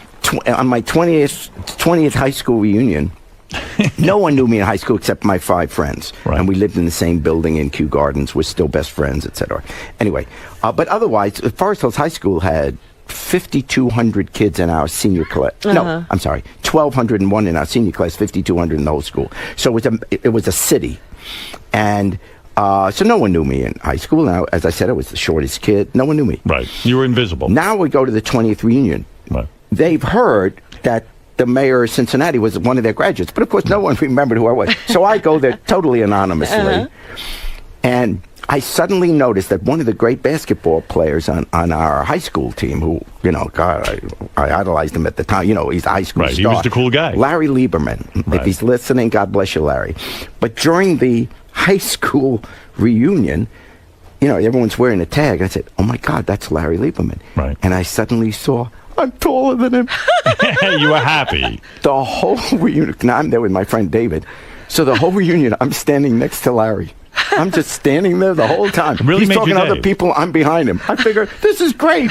I'm taller than the guy on the basketball When you team. had the Superman costume underneath your clothing, did you ever whip off your clothing and rescue someone or attempt to? No, this was Never all in my attempted mind. a I had imaginary friends. Real quick, Jerry Springer hosts the Jerry Springer Show. You can check out your local listing for show times, of course, because the show is syndicated. And don't miss Jerry hosts Baggage weeknights at 6:30 on GSN. Sounds like a good game. And Jerry is everywhere. It is. Do you realize that they actually wrote a play about Jerry? That's true. Yeah, the opera, which they did a great job with it. I Wasn't had there a nothing to Jerry do with it. Springer It's about movie me. too? There was. You Ringmaster. actually did the movie. Yeah, it's still it's always playing on Are you cable. disappointed with that movie? Because maybe it should have been a more serious movie, like the movie of your life. Maybe. Nah, that's too personal. That would have been. This was good. It's about the show. Okay, Jim, go ahead. You're on the air. Quick in Blackwood, New Jersey. Hi, Jerry. I always said if I ever met you, I would think with this 10 years ago in Sarasota, Florida, my best friend's 13-year-old son recognized you as a fan of yours. You gave him his autograph. He died of leukemia 4 months later. Oh, I'm sorry. And thank you. And I told this story to several people, and they thought a little bit higher of you after I told that story. He was an amazing kid. His name was Christopher Ditmars. He on his funeral. So Jerry, your point is that Jerry was nice. He stopped and gave an autograph. 13-year-old kid. He died of leukemia 4 months later. I'll tell you one I saw Jerry do once. I saw a kid dying of leukemia. Jerry kicked him in the face. And he said, "Get away from me! I'm And not going to then give you." stepped over That's right. That's right. So you never know. Jerry can go either way. Depends on the day. Yeah, right. Depends on the day. Jerry actually killed the kid. Thank you. But that's very nice. It's good. So do you do that? You don't have a whole big. Don't touch me. I don't do touch autographs. Me. You will sign autographs. Yeah. You don't charge for your autograph. No, I don't. Megan, go ahead. You're on the air in Philly. Hi, I wanted to ask Jerry, it says in his bio that he was a political aide for Bobby Kennedy. Yeah. Bobby Kennedy was my hero. Me too. My father was a big Kennedy supporter, and that was the first time I became politically aware, and I wanted Bobby Kennedy to win. I was all hung up. My father would actually knock on people's doors. You got to vote for Kennedy. He was so into it. And the assassination of Bobby Kennedy, more than John Kennedy because of my age, was so mind-blowing to me and so meaningful to me. And it just gave me such a dark vision of the world. And I remember just being profoundly disappointed that we had lost him. Yeah, I still think now, obviously, because it's my perspective, all the heroes we have in life tend to be around at the time we're in our teens and 20s. It's the same with music. Yeah. That's what gets embedded in us. That's right. That's the standard. So the gold standard for me in terms of politics was Bobby Kennedy, because I always thought he was in it for the very best of reasons. He didn't need to. He didn't need the money. Right. In other words, the difference between him and John Kennedy, I thought, was John Kennedy was more intellectual. Right. So, for example, on the issue of civil rights, he could intellectualize why what we were doing was inconsistent with our constitutional or the precepts. But with Bobby, it never got to that. He would walk into an inner city and he couldn't even articulate it. He just felt it, and you saw. He was passionate, and he really had beliefs. You really You did feel it was heartfelt what he was saying. He was inspiring, right? Yeah, Imagine totally. had he not been assassinated, he would have been president of the United I think States. he would have won. I think he would have, because Daley was ready to come over and deliver Illinois at the convention. And he obviously won in New York and then in California. So, yes, I think he would have gotten the nomination. And I don't think there's any question he would have beaten Nixon, because Humphrey almost did, and he didn't have the war on his back. Yeah. Imagine we would have had a whole different universe that we're looking at. Yeah, right but now. you wonder what else would have happened then. You know what I mean? It's you like don't know. you just don't know. Yet the Did world you know? we got. But you knew Bobby Kennedy? Well, put in perspective, I only met him twice, but I was assigned 7 Midwestern states to, at that time, most of the kids were from McCarthy. Right. And at least the liberal kids. Yeah. And so my job was to try to get the McCarthy kids to switch over to Bobby for the convention. Right. So that's the work I was doing. But it gets in these bios because that was my first paid job out of law school. Were you upset that Bobby didn't get him right away and he let McCarthy go test the waters, so to speak? Sure. But what are you going to? No one's perfect. Yeah. Okay, one more call. Let's go to Mark. Go ahead. Hey now, I'd love to see fucking Jerry better than that Dr. Laura, that fucking cunt. And you know what? Oh God, what? You want Jerry? You want Jerry to replace Dr. Laura? Wow. Absolutely, that fucking cunt needs to go off the air. Jerry, can't you give advice and do a radio show where you help people that way? Yeah, I could give advice.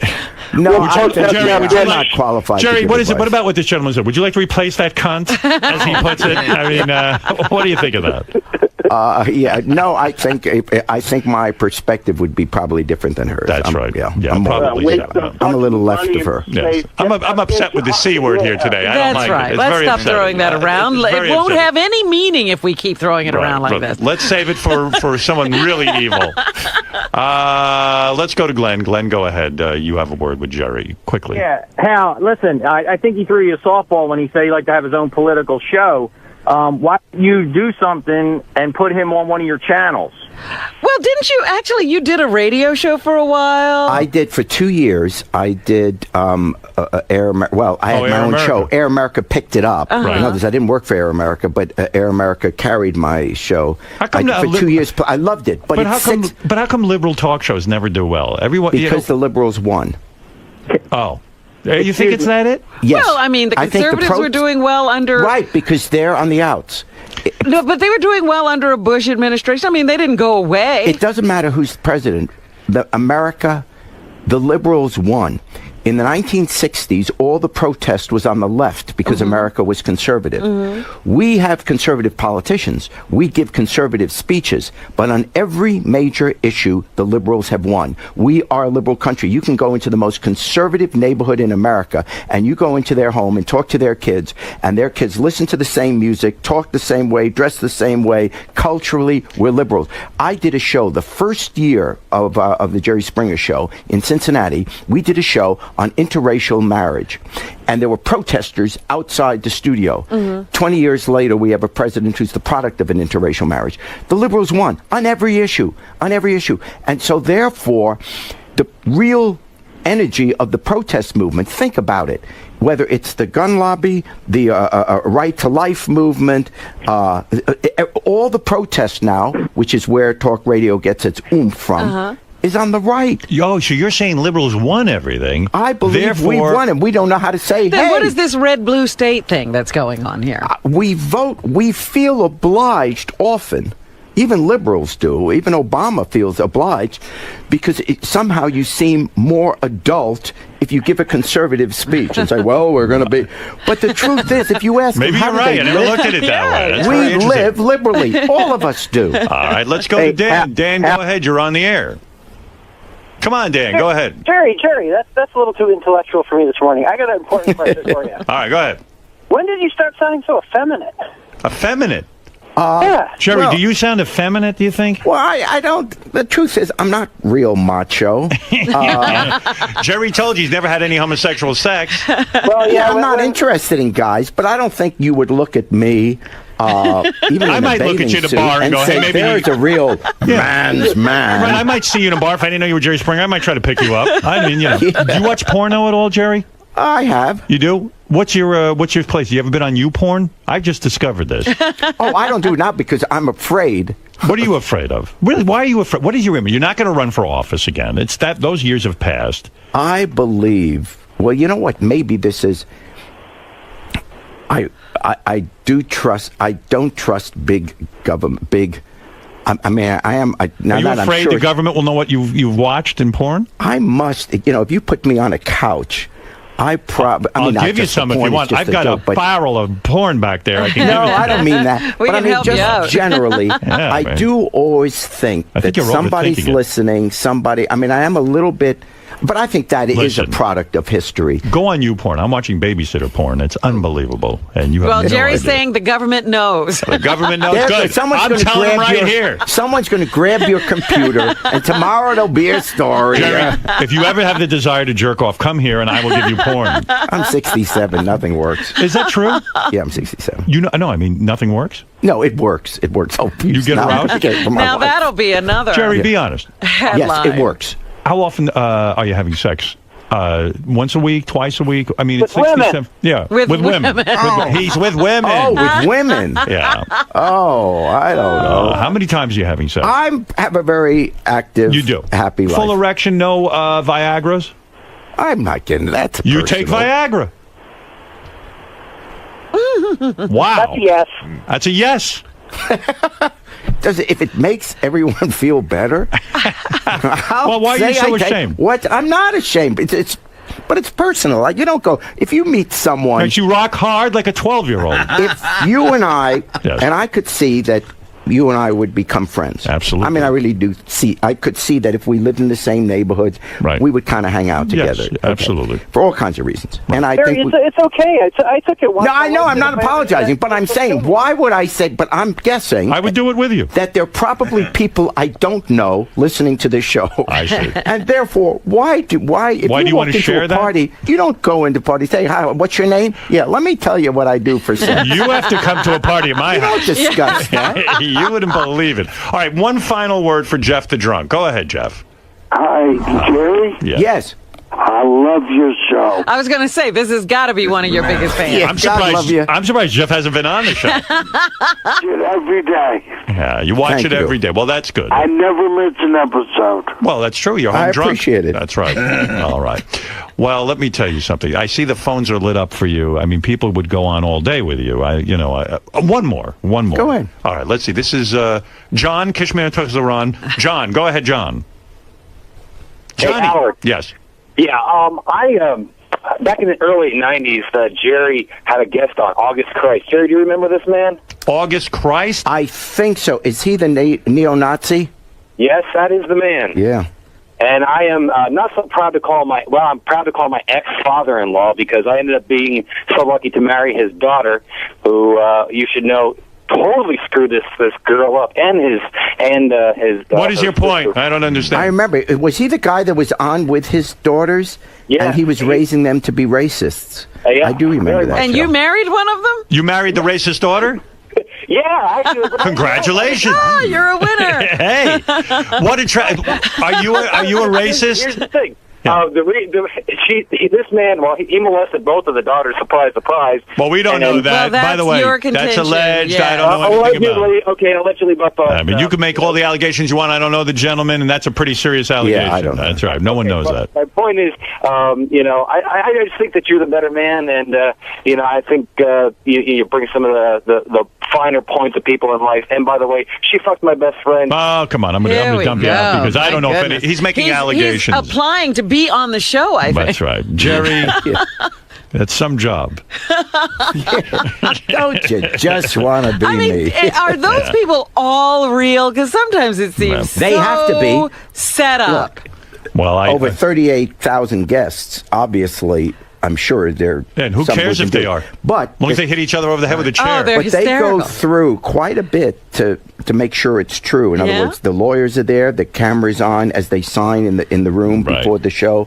It has to be true. So they really work hard at making sure it's true. Now, do they embellish once they're on? Who cares? Yeah. I mean, come on. Well, I'm just saying, sometimes it's like, this is too good to be true. Well, anyway, listen, Jerry Springer is the host, as you know, of the Jerry Springer Show.